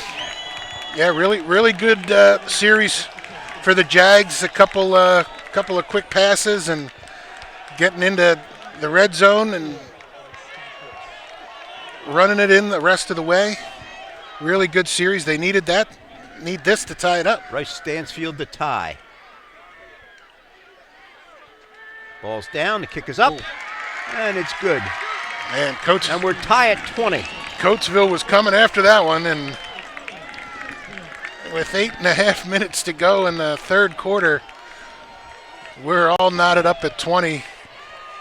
Jags doing exactly what they needed to do coming out of the locker room. Started with a good kick return, decent field position, and then a couple of nice big gainers on first down and punching it in at the end of the thing to put an exclamation point on it. Brand new game.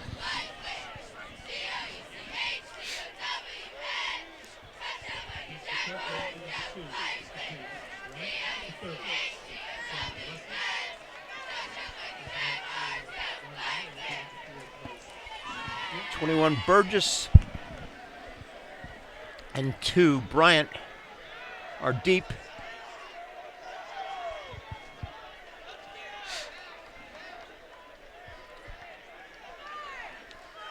Bryce Stansfield the kick.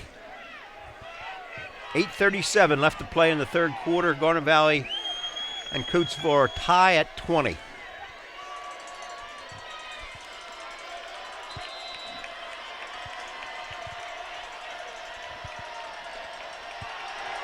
Little punch shot. Oh, man, nice play.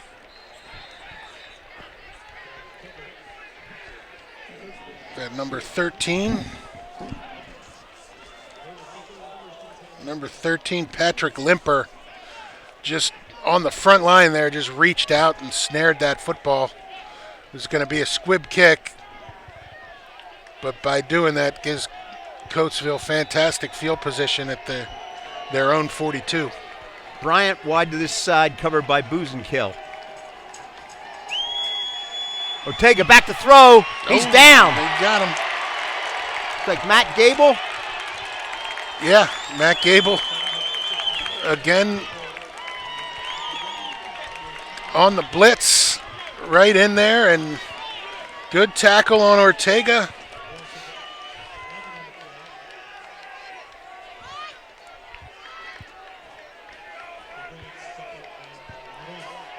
Ball's back at the 31-yard line. They'd have to get to the Garnet Valley 48 for a first down. Get out here and cover these guys.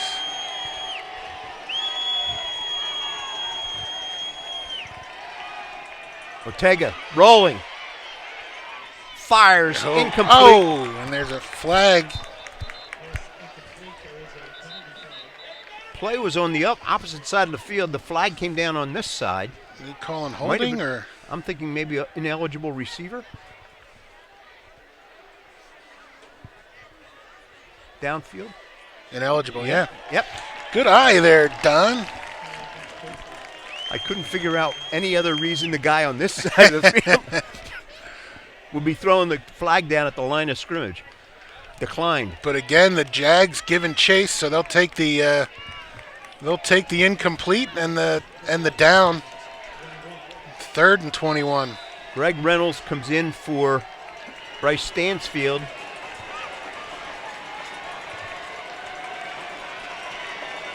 Three wide receivers to this side. I only see 2 defenders on this side. And the guy up tight. Garnet Valley uses a timeout.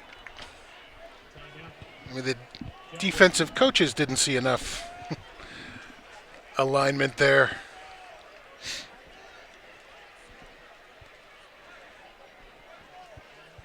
Yeah, the Jags look like, they're locked up in this man-to-man defense. It's a tall order for these guys. Certainly is.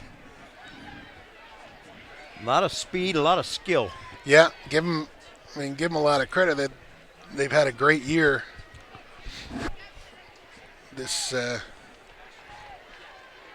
These receivers can be really dangerous, but that's where the defensive line and the blitzing linebackers can really help you out by forcing a fast throw or something a little bit wild, just a little bit off, and can turn it into a big play for the defense.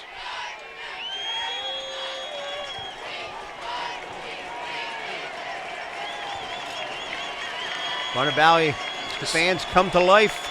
Here comes a blitz from the outside. Max Bruette, and he's down. And the ball. The ball's loose. And it's Garnet Valley ball. Oh, how about that? And Ortega has to be helped up. Oh, no, it's one of the linemen has to be helped up. That's Kadir Jacobs, the left tackle. And the Jaguar defense putting tons of pressure on Ortega again, had nowhere to go. And they swallowed him up and got the takeaway. So that's 3 takeaways for Garnet Valley here tonight. They've turned the first 2 into touchdowns. Wide receiver and a slot back to this side. Wide receiver to the top of your screen. Jake Moore in the backfield. Gallagher back to throw. Slant. Oh. Nice catch. Oh, and he's up. Mulholland. Touchdown. Wow. 30-yard touchdown strike. I can't believe what I'm watching. This running team is suddenly throwing the ball. That was a great effort by Mulholland. Yes, it He's was. there. The defensive back tried to put a big hit on him. He just bounced off it. And nobody made a tackle. They're just surprised he still had the football, and he just coasted into the end zone for another 6.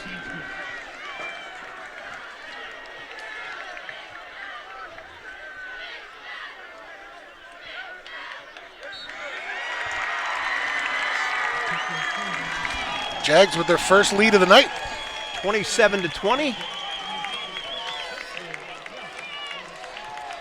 That was close to my predicted final score. Shout out to Bruce and Helene Hendrickson out in Lincoln University. That touchdown brought to you by Bruce. That touchdown brought, we haven't said that tonight once. That touchdown brought to you by Joseph Anthony Retreat Spa and Salon. Garnet Valley leads, as Pat said, for the first time, 27-20.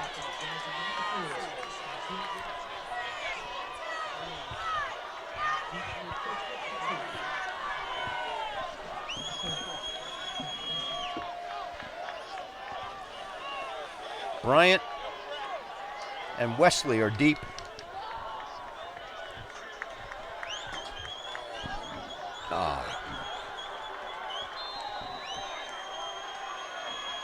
Bryce Stansfield the kick.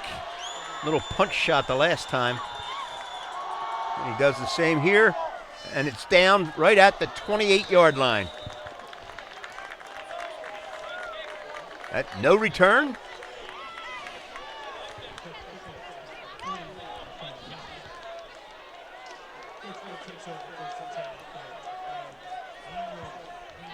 Coatesville takes over at its own 29-yard line.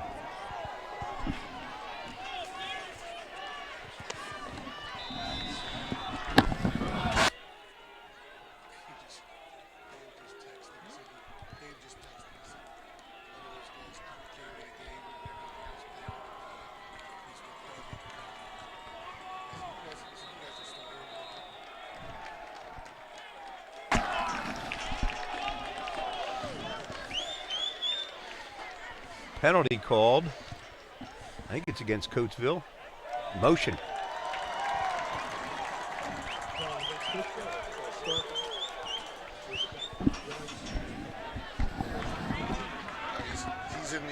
He's in the end zone next to the ambulance. I formation behind Ortega. He fakes, back to throw. He's surrounded, but gets it off incomplete. Just no! Wow. The wide receiver dove for the ball. Who is that? Oh, my gosh. That's Stansfield was just running stride for stride with him. There was no... That was... wow. Oh, boy. They felt like they needed to do something at some point, I guess, and... that's tough. That's good defense there.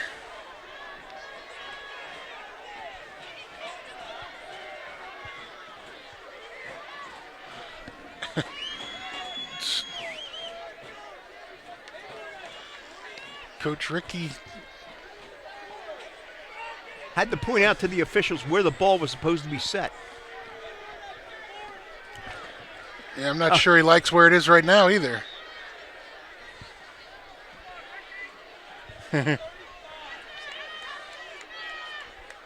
So they're talking about it. Coach Ricky pretty animated about it being at the 35-yard line here.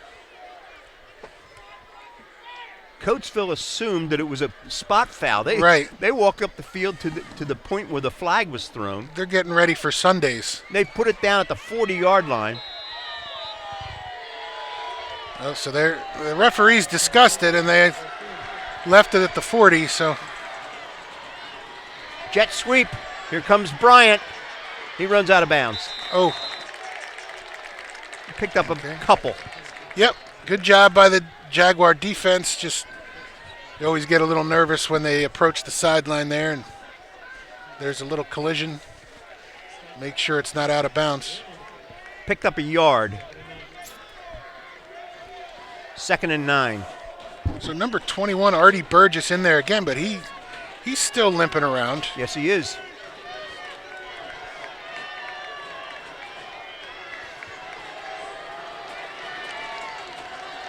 Ortega with quick throw to the outside to Bryant. He gets a block. He sure did. And he's off to the races. Oh, my gosh. They finally bring him down inside the Garnet Valley 10, where he zigged and zagged his way from their own 40 down to the Garnet Valley 10-yard line.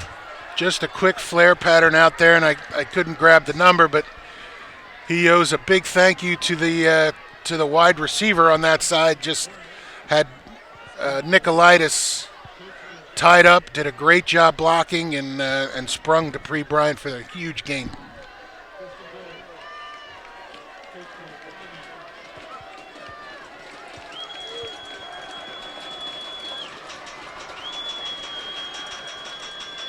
Ortega. Flag's down. Flag down. Yeah, that's in the offensive backfield. That should be a holding call against Coatesville.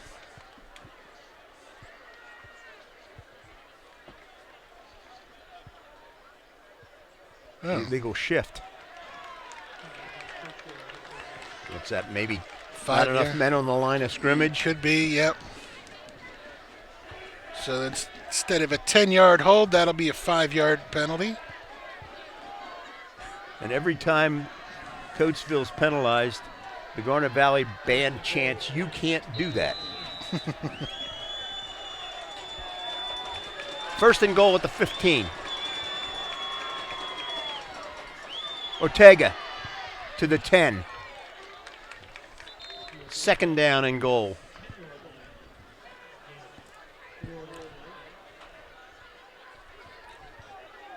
Matt Gable on the tackle. Yeah.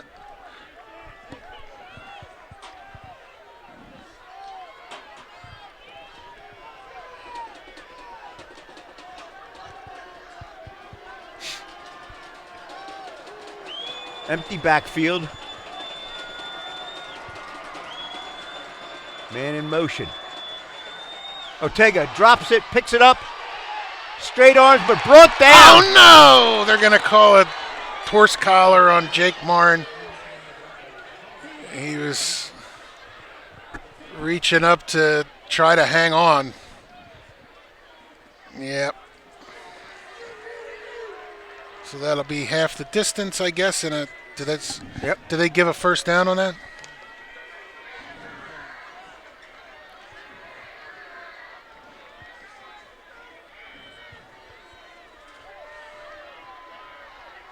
Huh. He's tackled him a couple times, high on the shirt, but that time he grabbed the collar and. No, it's not a first down. No, they're making it a second down, and so it's second and goal from the 9. Yeah, it actually wasn't much of a penalty at all. It was first and 10, right? From the second and goal from the 10. Ortega rolls to this side, and he's into the end zone. Oh, it was right. Ortega. Yep. And he is limping. He is limping, but still cutting there. Is that just a good seam there for him? That was a design play and just rolled out, and there's been a good running lane for him on that side all night. So here's the jinxed set of goalposts. Hopefully they're still jinxed. Hadzor punches it through.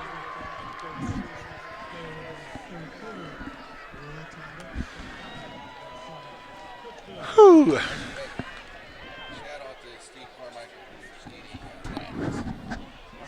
Shout out to Steve Carmichael who's eating gnat this year. Not as good as Goody Marcuson wants us to give a shout out to his wife, Deborah, who is watching at the Concordville with the Woods and the Van Horns. I wonder if they can hear us. Probably not. Sound turned down. Sound turned down, music up. But streaming live every weekend from the Concordville Inn. Another friend of the program and and sponsor of our broadcasts. Greg Reynolds is deep, along with Reese Malik. They got the two fastest guys back there now. And they're kind of lined up in tandem, like they're going to decide who goes to which side once the ball's kicked.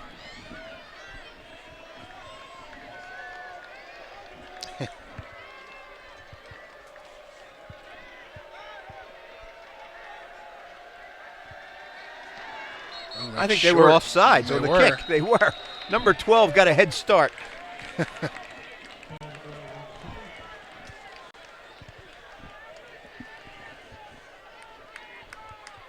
So they'll kick again.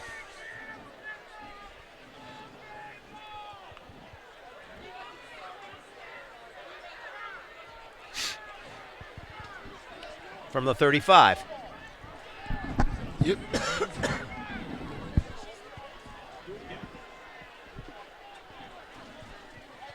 That one looked like it was just going to be a pop-up to the second level.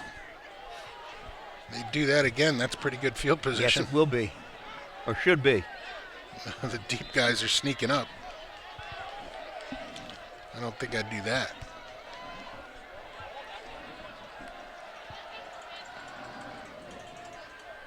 Malik at the 20. Out over the 30 to about the 34-yard line. All right. So Jags back in business here. 5.5 minutes to go in the third quarter. Score is tie 27. A thriller. Yeah. As Keith Jackson would say, whoa, Nelly. Oh, doctor.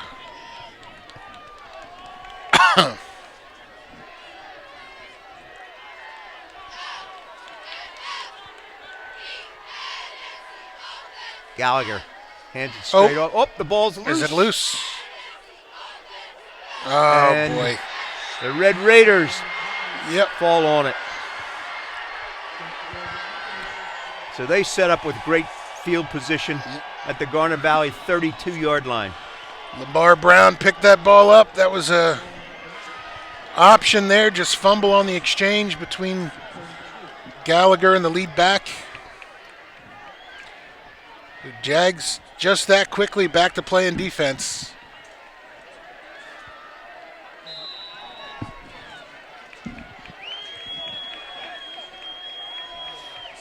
Ortega And Bryant. and Bryant in the backfield.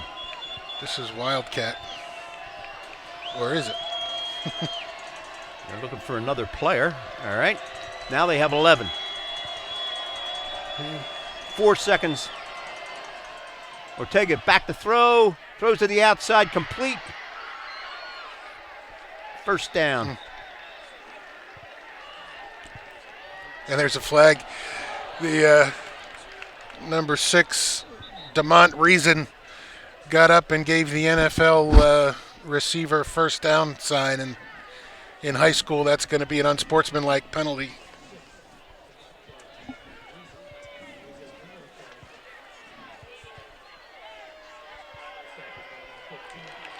Unsportsmanlike. You called it, Pat. Yep. You saw him get up and do the Zach Ertz first down. Nelson Aguilar. Any number of players. But they don't do that in high school.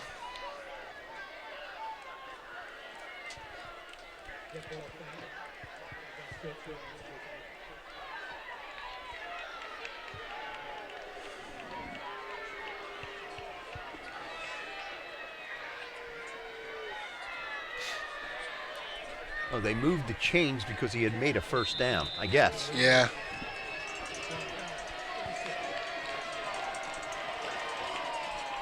Ortega.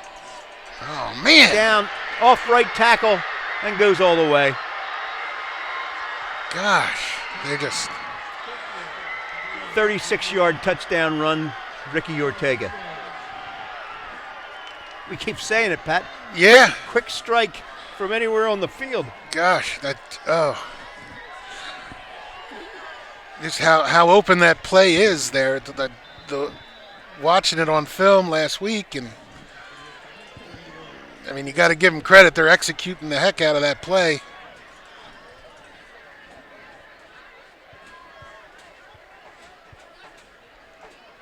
Oh, almost blocked. 34-27 Coatesville. So Coatesville makes Garnet Valley pay for their first fumble of the night and retakes the lead just that quickly.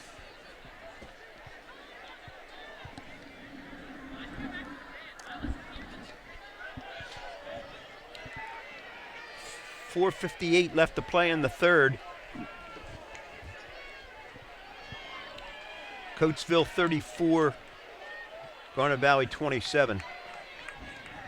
Hope nobody had the under.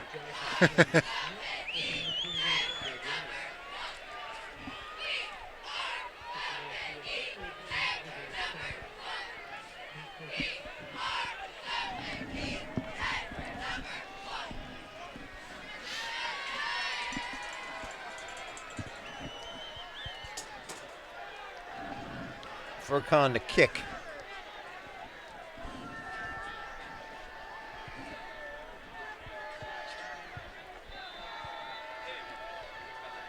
Malik and Greg Reynolds to receive.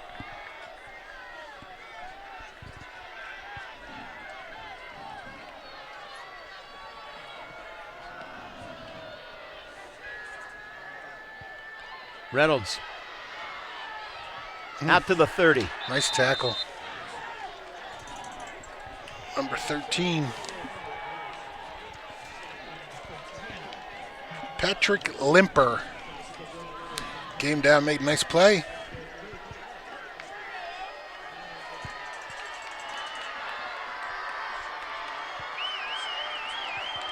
Mulholland and Malik go to the top of your screen.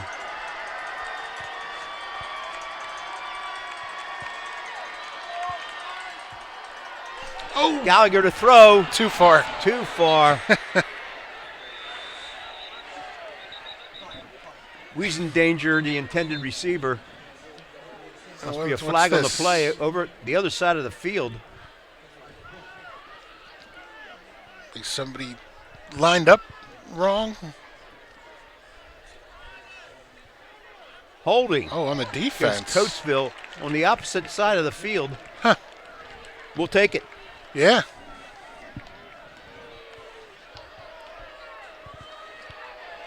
So 10-yard penalty and first down. Kevin Craig is in, Mulholland out. Garnet Valley sets up at its own 40.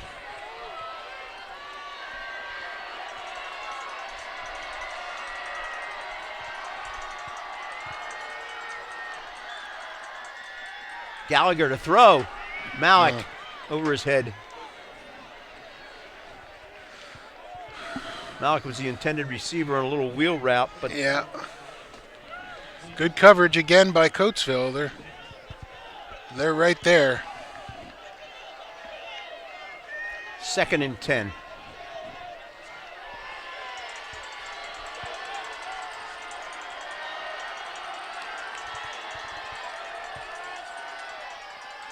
Look out. Gallagher keeps Oh, nice. and gets close to the first down. Yeah. It is a first down, moving right them at up. midfield. Yep. Jags right on the ball.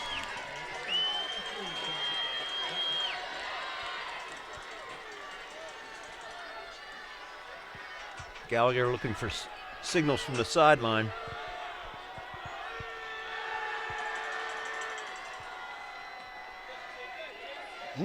Hang on. They're trying to rip the ball away from Jake Marn, but he gets out to the 45, into the 45. It'll be 2nd and 5. Nice quick hitter there, running downhill. 5 yards. That's a good play on first down.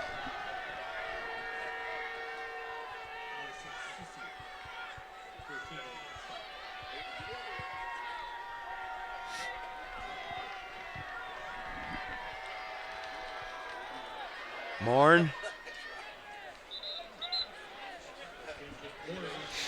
Gallagher got tripped up there in traffic. Was able to get the handoff to Morin that time for just a yard.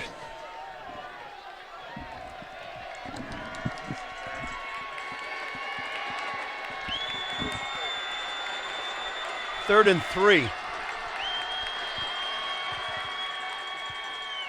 Gallagher to throw. Puts it up for Reese Malik, incomplete.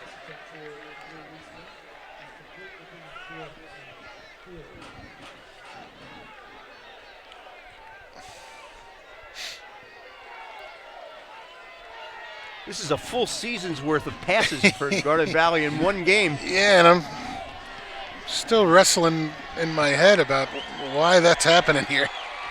Mulholland goes wide to the top of your screen.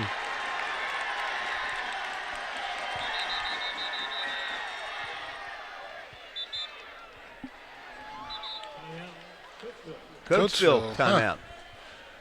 How about that? Coach Graham goes out to talk to the offense. Is hearing from Coach Boyd upstairs. Coach Graham usually with the offensive linemen and done a phenomenal job with that position group for the last several years, and this year no exception. Those guys up front, a major reason why we're here tonight. The second week in November.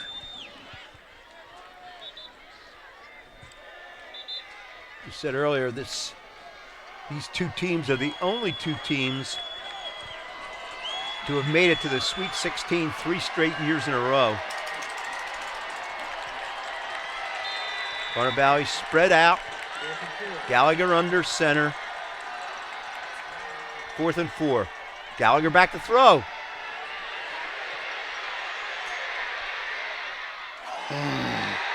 Incomplete. Wow.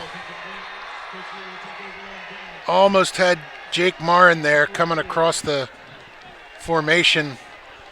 Just bounced off him. He's a little down on himself, but his brother Sam gets over there, picks him up right away and says, focus, let's get this ball back. Tough place to go 4 and out. Here gives Coatesville very good field position. Garnet Valley had an offensive lineman downfield 5 yards. I suspect if the play was caught, they would have the officials would have recognized that. Bryant goes in motion. Ortega keeps it himself again. Same play. Jake Morin brings him down. But apparently the linebackers, somebody's leaving, following Bryant. Yep. And then Ortega just cuts it up inside. Yeah, there's really two guys on that football field that you need to pay a ton of attention to, and number one is number one. And Sean Williams is in. Matt Gable is on the sideline. Ortega keeps it himself again. Nicolaitis brings him down, but it's close to the first down. 2nd and 1. Coatesville leads 34-27.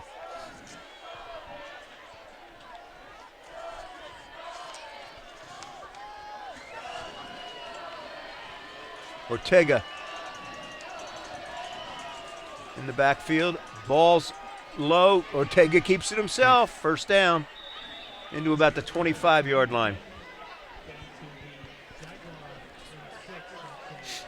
Yeah, Coatesville's they're kind of pulling the offside guard around on that play, and they're just every single time they're clearing a nice lane for Ortega if he decides to turn it up the field.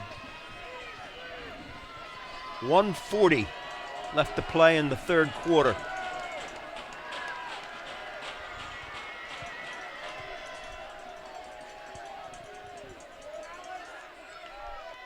Ortega. There it goes again. Straight up the middle. He shed 3 tackles on that play. 6 foot, 190.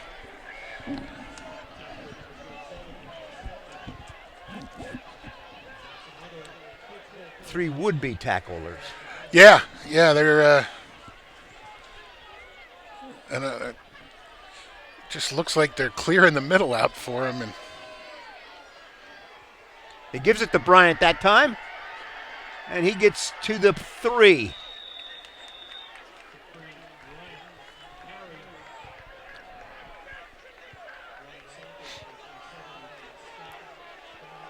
that Coatesville offensive line is doing a heck of a job tonight.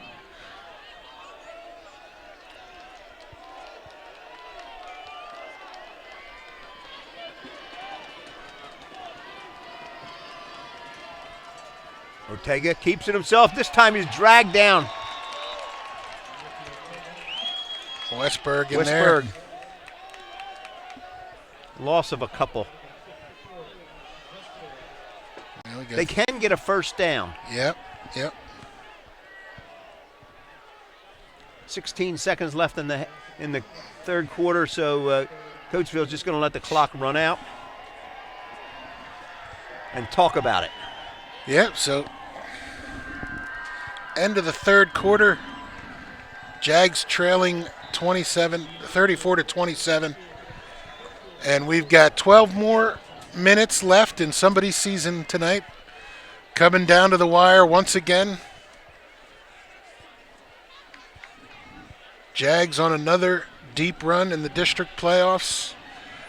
One more time facing Coatesville for the third year in a row. And 12 minutes will determine who gets to go play Downingtown West next week. 2 years ago, it was a thriller, Yep. and last year it was not a thriller. No, yeah, that was Very lopsided win by Coatesville. Coatesville's best team came out of that, and then 2 years ago, yeah, they Jags and Coatesville gave each other everything they could handle, and that last-minute interception by Aaron Young, taken back for a touchdown, was the end of that game. At the time, the Jags were moving down the field, looking like they were going to score at the end.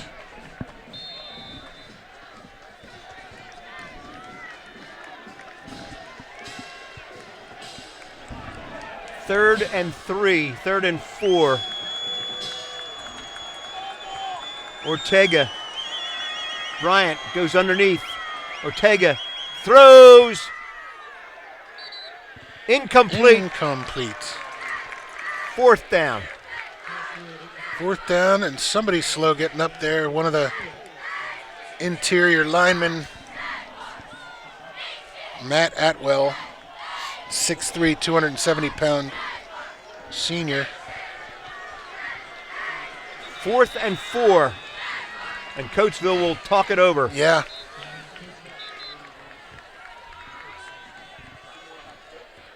Coatesville thinking about it. This should be certainly in field goal range for their kicker, but much like Garnet Valley, they don't seem to be interested in lining up for a field goal.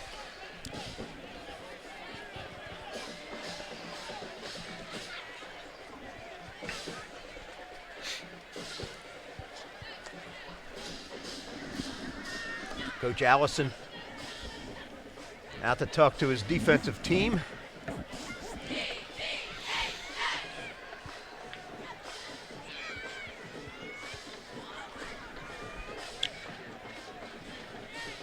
Biggest play of the year so far for Garnet Valley defense? I would think. Yep. Especially if they stop Coatesville. Yep.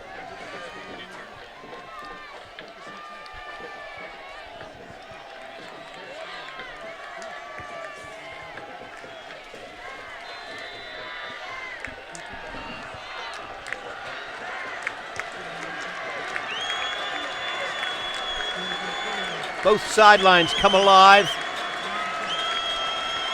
Trips to the top of your screen.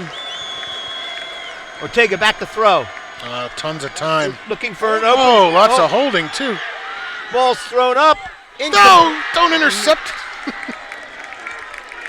Incomplete. Oh, Garnet Valley takes over on downs at the 5. actually, it would have been a Yeah. nice thing to intercept in the end zone and Come out get to it the out 20. to the 20. But so the Jags stand tall there on that defense. Ortega with a lot of time.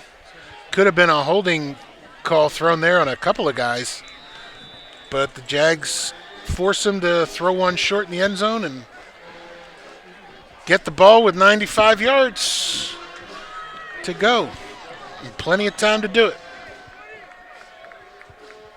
Pitch Oh, no. over the shoulder of Jake Marr, and he picks it up and gets out for a couple-yard gain. Wow. Fortunate bounce. Yeah, that it came serious. right back up to Jake. Seriously, and he was able to do something with it and got a modest gain. Well, he's in danger. Danger's in.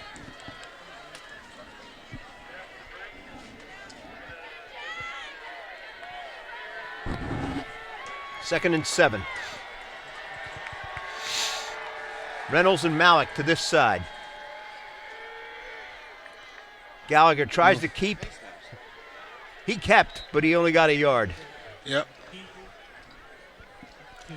Big down here for Garnet Valley. They really need a first down right here and keep this drive alive, and more for the sake of field position. Jake Morin gets a breather. Fenster and Reynolds are in the backfield.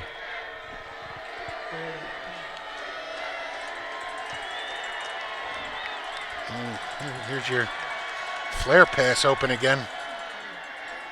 Gallagher back to throw. He throws incomplete on tried to set up a screen, but it didn't get it. He didn't have a chance to set up that screen. They all lined up. They had 10 guys on the line of scrimmage there, and just a jailbreak blitz. Everybody was coming. There was no chance to do anything. That was just a good defensive call. That was a bad play to be in with that defense. Bryce Stansfield will punt from his own end zone. Bryant will receive. Ball's punched out towards Nice the line sideline. drive.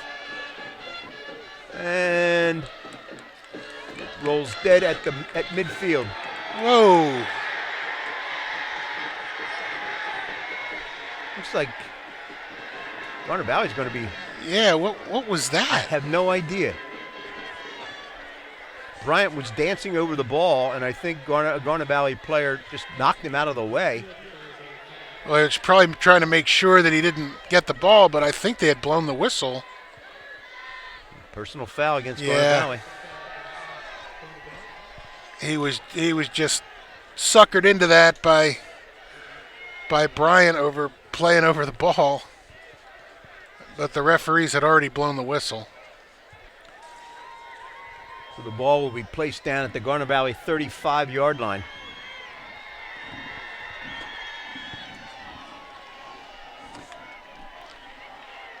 Oh, yes, 35-yard line. Yeah.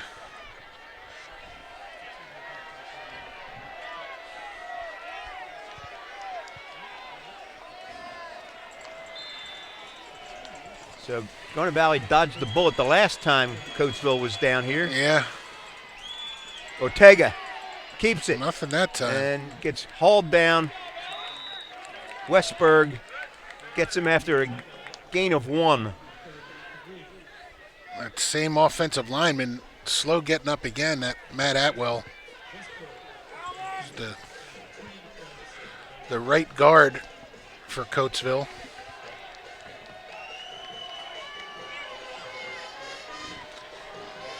That's where Alec Westberg is lined up.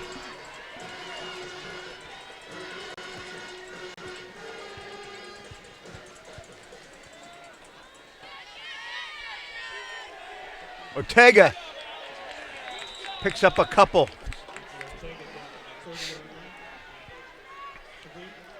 It will be 3rd and 5 at the 30. Alec Westberg and Maceros on the tackle.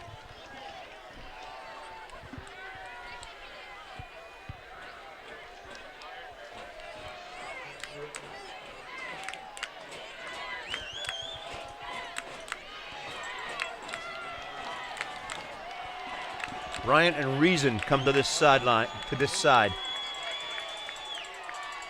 Ortega back to throw. He gets hit just as he throws. Incomplete. Man. Buzenkel and Saunders on the coverage. Bruette getting there just as he releases and forcing Ortega to be off target again. Well, Melissa Bruette would say, hit somebody. Everybody hit somebody. He hit somebody that time. 4th and 5.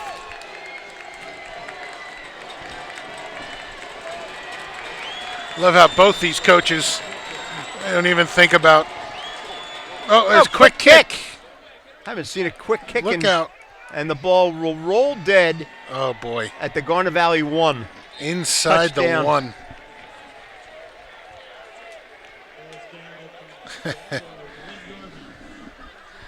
Now down to 8.5 minutes left.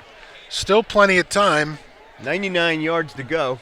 But Jags defense holds tough, but the Garnet Valley offense for the second straight series in almost the deepest hole you can be in on the football field. Gallagher.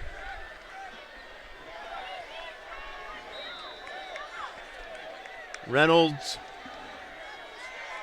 And Jake Marn in the backfield. They need to get some breathing room here. Ball's given off straight ahead to Jake. He picks up a couple.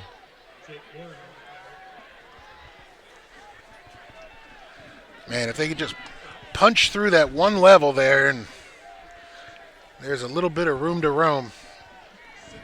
Give credit to the Coatesville defense. They've been standing tall against that vaunted Garnet Valley offensive line all night long.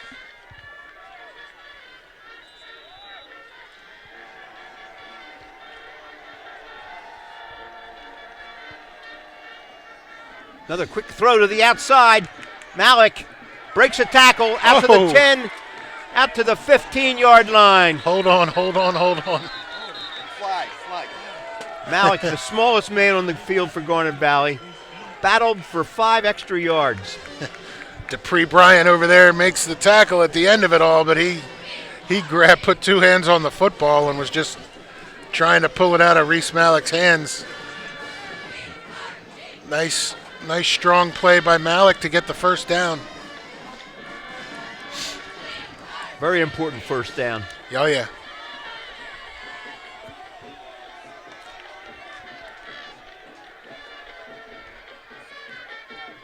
Jake Marn to about the 19. It'll be 2nd and 6.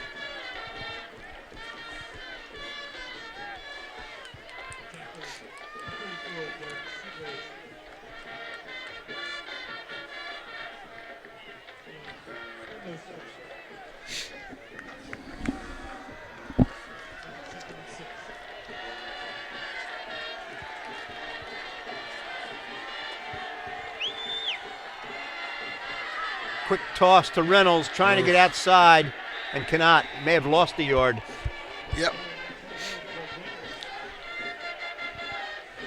Tough to run wide against these guys. They're so quick. Yeah, they're doing a real good job on the contain.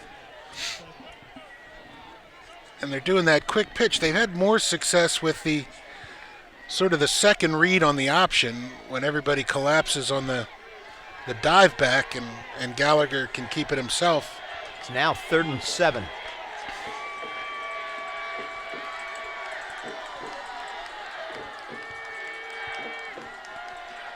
Gallagher back to throw. Here comes a rush. He rolls this way, looking to throw, and just throws it away.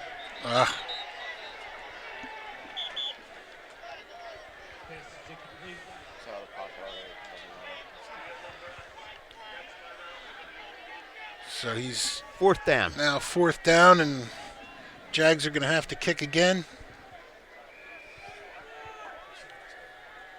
Now they decide Well, they say he didn't reach the line of scrimmage. intentional grounding.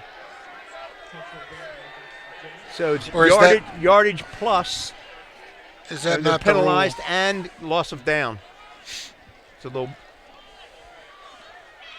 Does there have to be a receiver near the ball in high school regardless, or is the out of the pocket and line of scrimmage still the rule? Garnet Valley has been pinned back here deep in their own Yeah. territory for the last 3 possessions. Loss of down. It is 4th down. And again, Bryce Stansfield will be punting from his own end zone. Trey Bryant is back to receive the punt. Good snap. Ball's away. Short. And unsportsmanlike conduct will be called against Stewart of Coatesville. That'll tack on a few yards to the punt.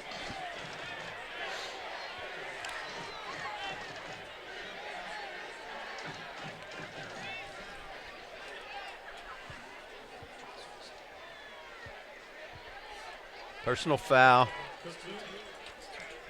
Will be penalized back over midfield. It's a good break for the Jaguars there.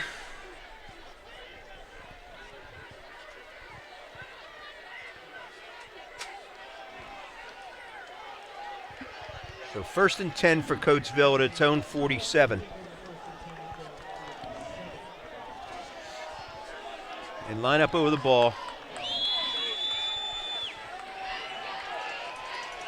Ortega is talking to the official. Ortega hands to Bryant. Bryant looking for room on the outside. And he's trapped finally against the sideline, but an 8-yard gain.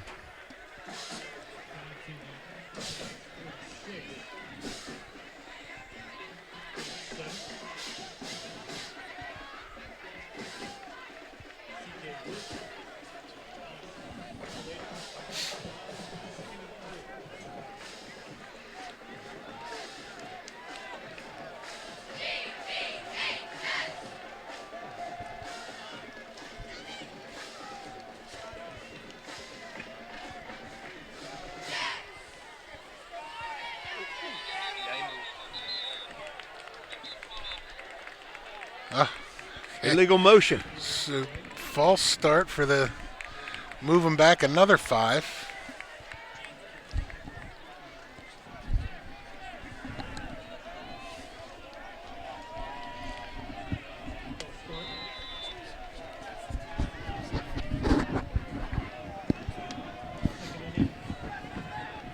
So it'll be 2nd down and 8.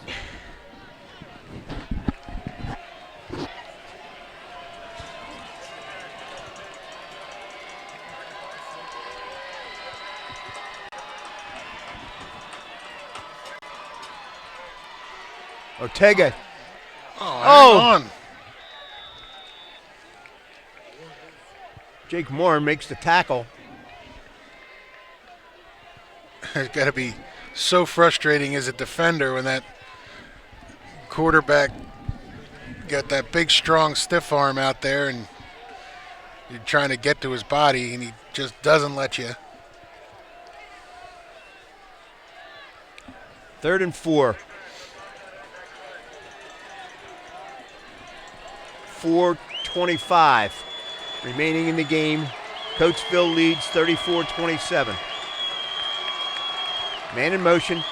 Handoff. He's going to throw. Dupree Bryant throws, and it's a high wobbler. Oh, what are they doing? Oh, man.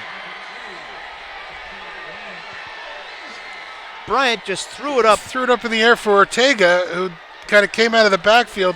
3 Garnet Valley Jaguars playing center field, and Ortega's the only one that went up and got it.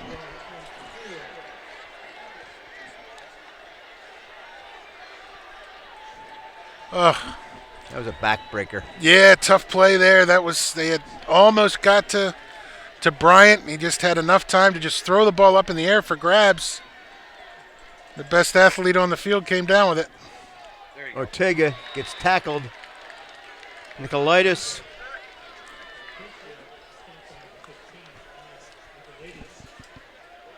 And Gable on the tackle.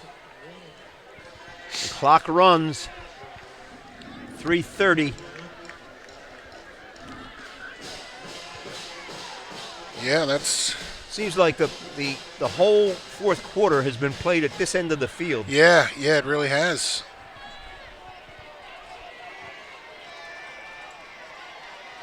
And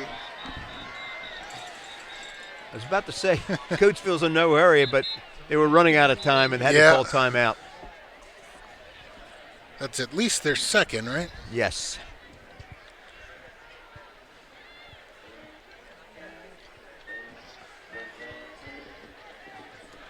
So a score here from Coatesville would make life very difficult for the Jags on the comeback play here. So it becomes critical that the Jags kind of get out of...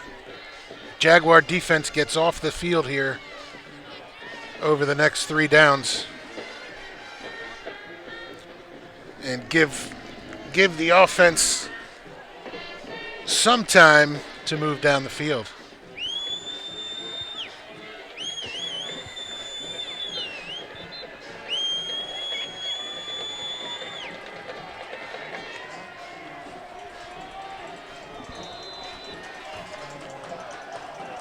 Second and 11.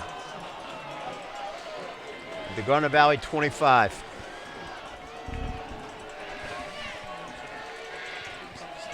A different formation here. Ortega pitches, and it's out of bounds. He fumbled it out of bounds. Off his hands, and then he inadvertently kicked it out of bounds. He can't for fumble it forward, can he? 5-yard gain. No. If he fumbles it out of bounds, don't they have to bring it back?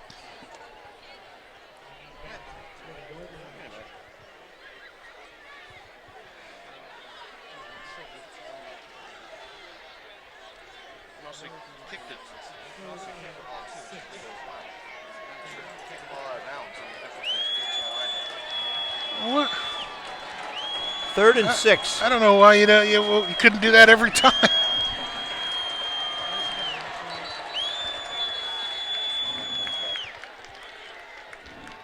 Delay of game.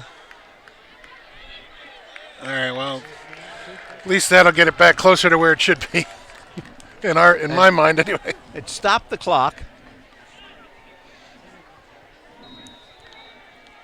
And they start the clock right away again. The play clock.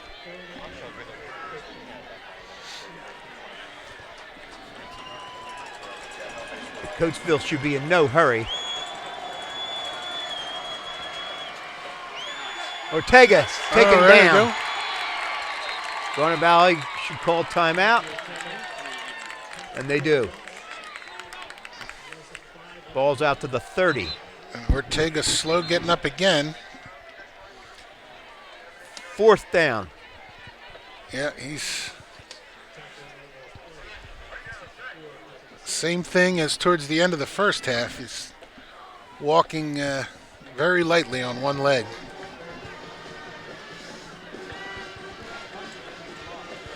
So 4th down here. Last time they did the quick kick, pinned the Jags inside the 5. That was a great play call. Inside the 1, really. Yep. So it looks like...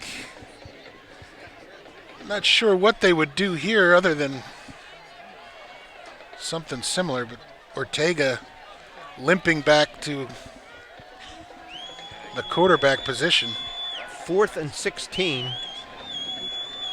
If he quick kicks and keeps it in the line on the field, there's a better position for Coatesville than And he did again. Oh, and this time he hits it in the end go zone. Through, yeah. Yep. That's not what he had in mind. Nope. Ball comes out to the 20. Bit of a break for the Jags there. The ball going through. 2 minutes and 55 seconds left in somebody's season here. Do we have another miracle of the Mo? The Miracle at the Mo Part 2. And not to project too far in the future here, but should Garnet Valley score, I'm thinking the brain trust is going for the 2-point conversion and not the tie. Tight formation. Second man is Reynolds. He gets a couple. Second and about 8.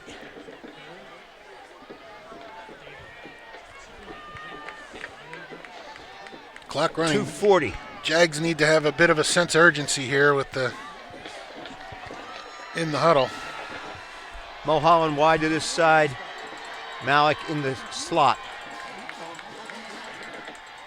Gallagher to throw. Down the middle. Oh, nice he catch. pulled it out of the sky. Nice catch. Mulholland. And torn to the ground by the safety there. Ball's at the 38-yard line. Jags right up on the ball.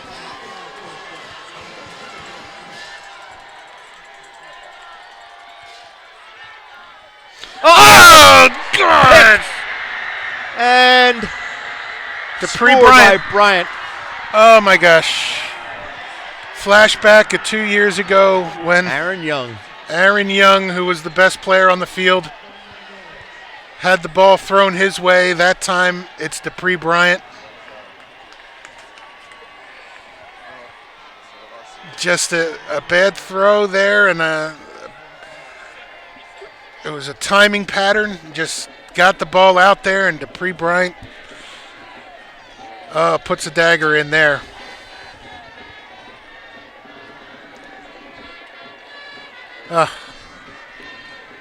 Tough.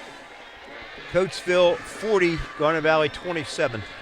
Be thinking about all the places on the football field where you could go. I have a bad hand. See. See, Brett.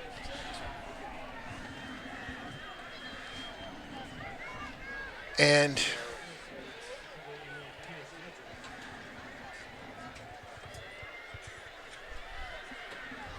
With 2:04 left. the air comes out of Mo DeFrank Stadium.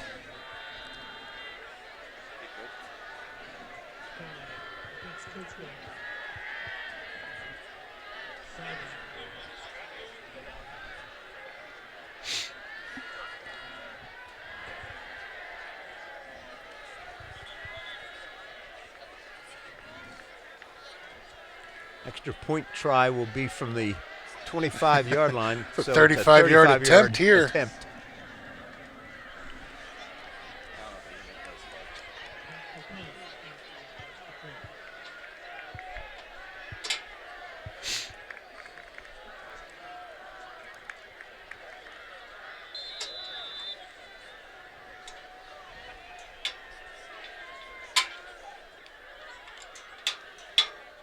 Ball snapped. And it's Plenty good. of leg. It was a low liner, but he put it through. That's the kickoff guy that kicked that one. Furcon. Oh, tough series there for the Jaguars, man. They were saying there's two guys on that football field that you have to know where they are at all times. Number 2 is one of those guys, and He made the play. that's the last place I'd be picking on anybody is over where he is, but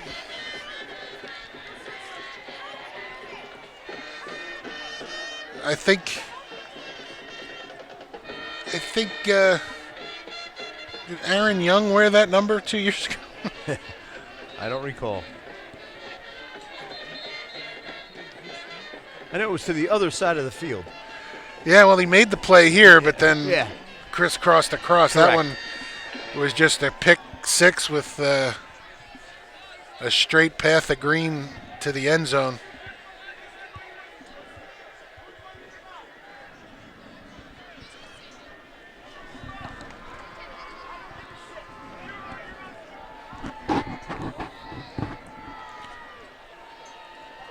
So the Jags will really need a miracle at the Mo Part indeed. 2 if they want to extend their season. Down by 14 with 2 minutes left to play.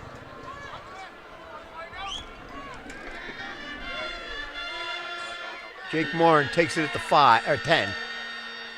Out to the 20, 25.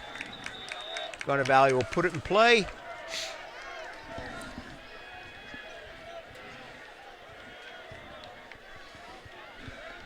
So the Jags got to do something they're not really used to here, and that is to score very quickly.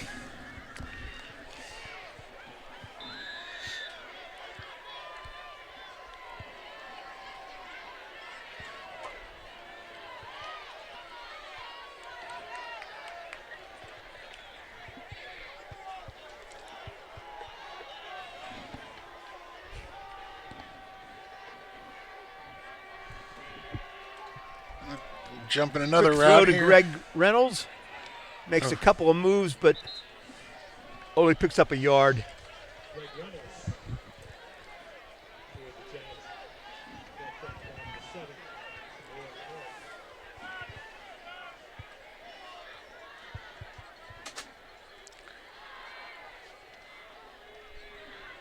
Oh, there it is again. Another pick. Touchdown. Same guy, same defender. Oh, Throw it at him again. flags go down.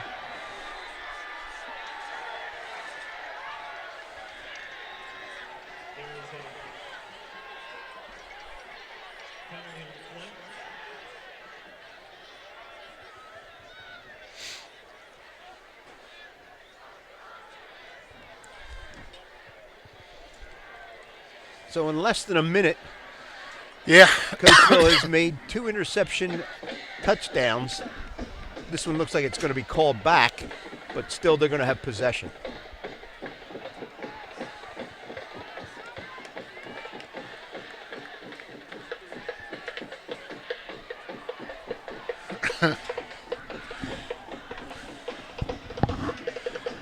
I have no idea what that call is. Fists together. Flag came from this side of the field, so Fists together in front of the chest. What?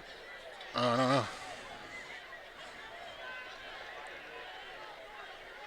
Personal foul. Touchdown. So the personal foul was called against Garnet Valley. And they're calling a touchdown. What? Oh, the personal. So they're saying But the they're personal saying foul that the was touchdown after is after the touchdown. So they're going to have another Oh, another boy. 35-yard PAT.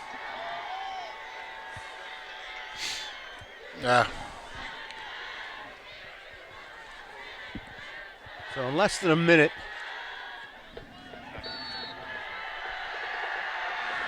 Yeah. Coatesville scores on 2 I think interception. the same touchdowns. thing happened last week for them. They came and had a points explosion at the end of the game last week. It looked like CB West was hanging tough, and they came in and put the daggers in. So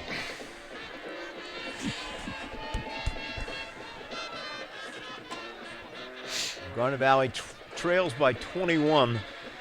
yeah, it's a couple minutes ago. We're talking about the game-ending drive to go tie it up, and now it's a 3-score game.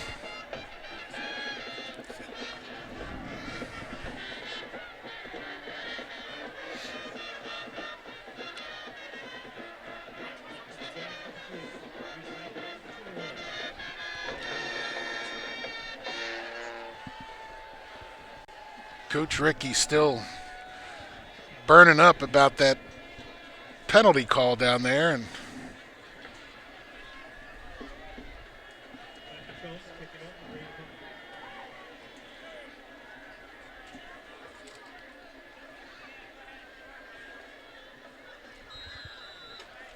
Furcott will kick.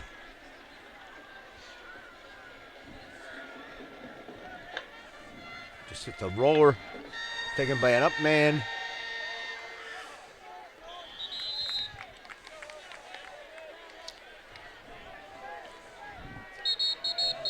Another. Oh, here comes another flag. Another flag. Well after the play. Yeah, I think there's some chirping going on down there now, and we'll see.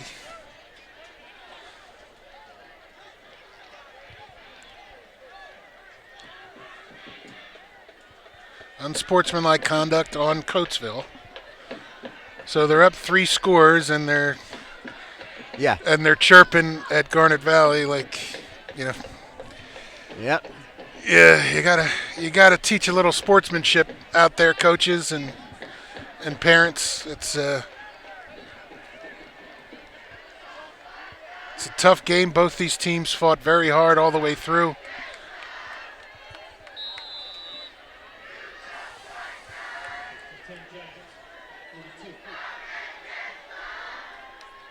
Gallagher back to throw. Incomplete to Reese Malik.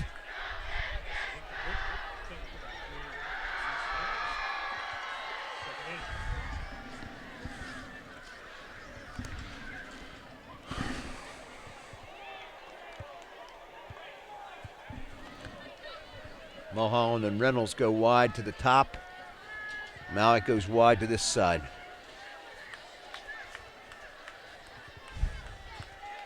Gallagher back to throw. Down the middle. Oh, there we go. Interception. 3 interceptions. And here comes another flag. In the last minute and a half. Yeah, just throwing that one up.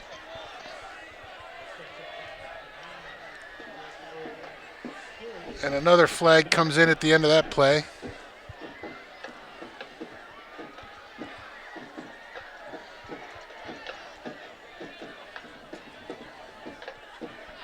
The District 1 championship will come down to a Chessmont League replay.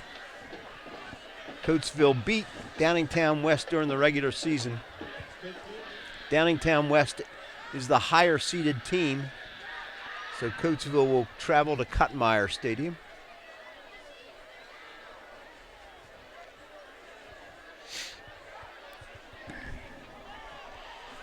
And the first show of some solid sportsmanship coming from offensive lineman Kadir Jacobs, congratulating the Garnet Valley defensive line one by one. Get him a handshake and a hug.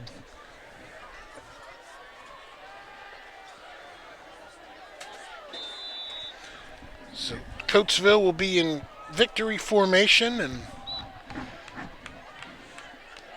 Garnet Valley will finish their season with 2 losses, once again at the hands of the Coatesville Red Raiders. For the third year in a row. Third year in a row. This game much, much better than the score, the final score. Jaguars making the fatal mistake of throwing at interception touchdowns. The best defender on the field.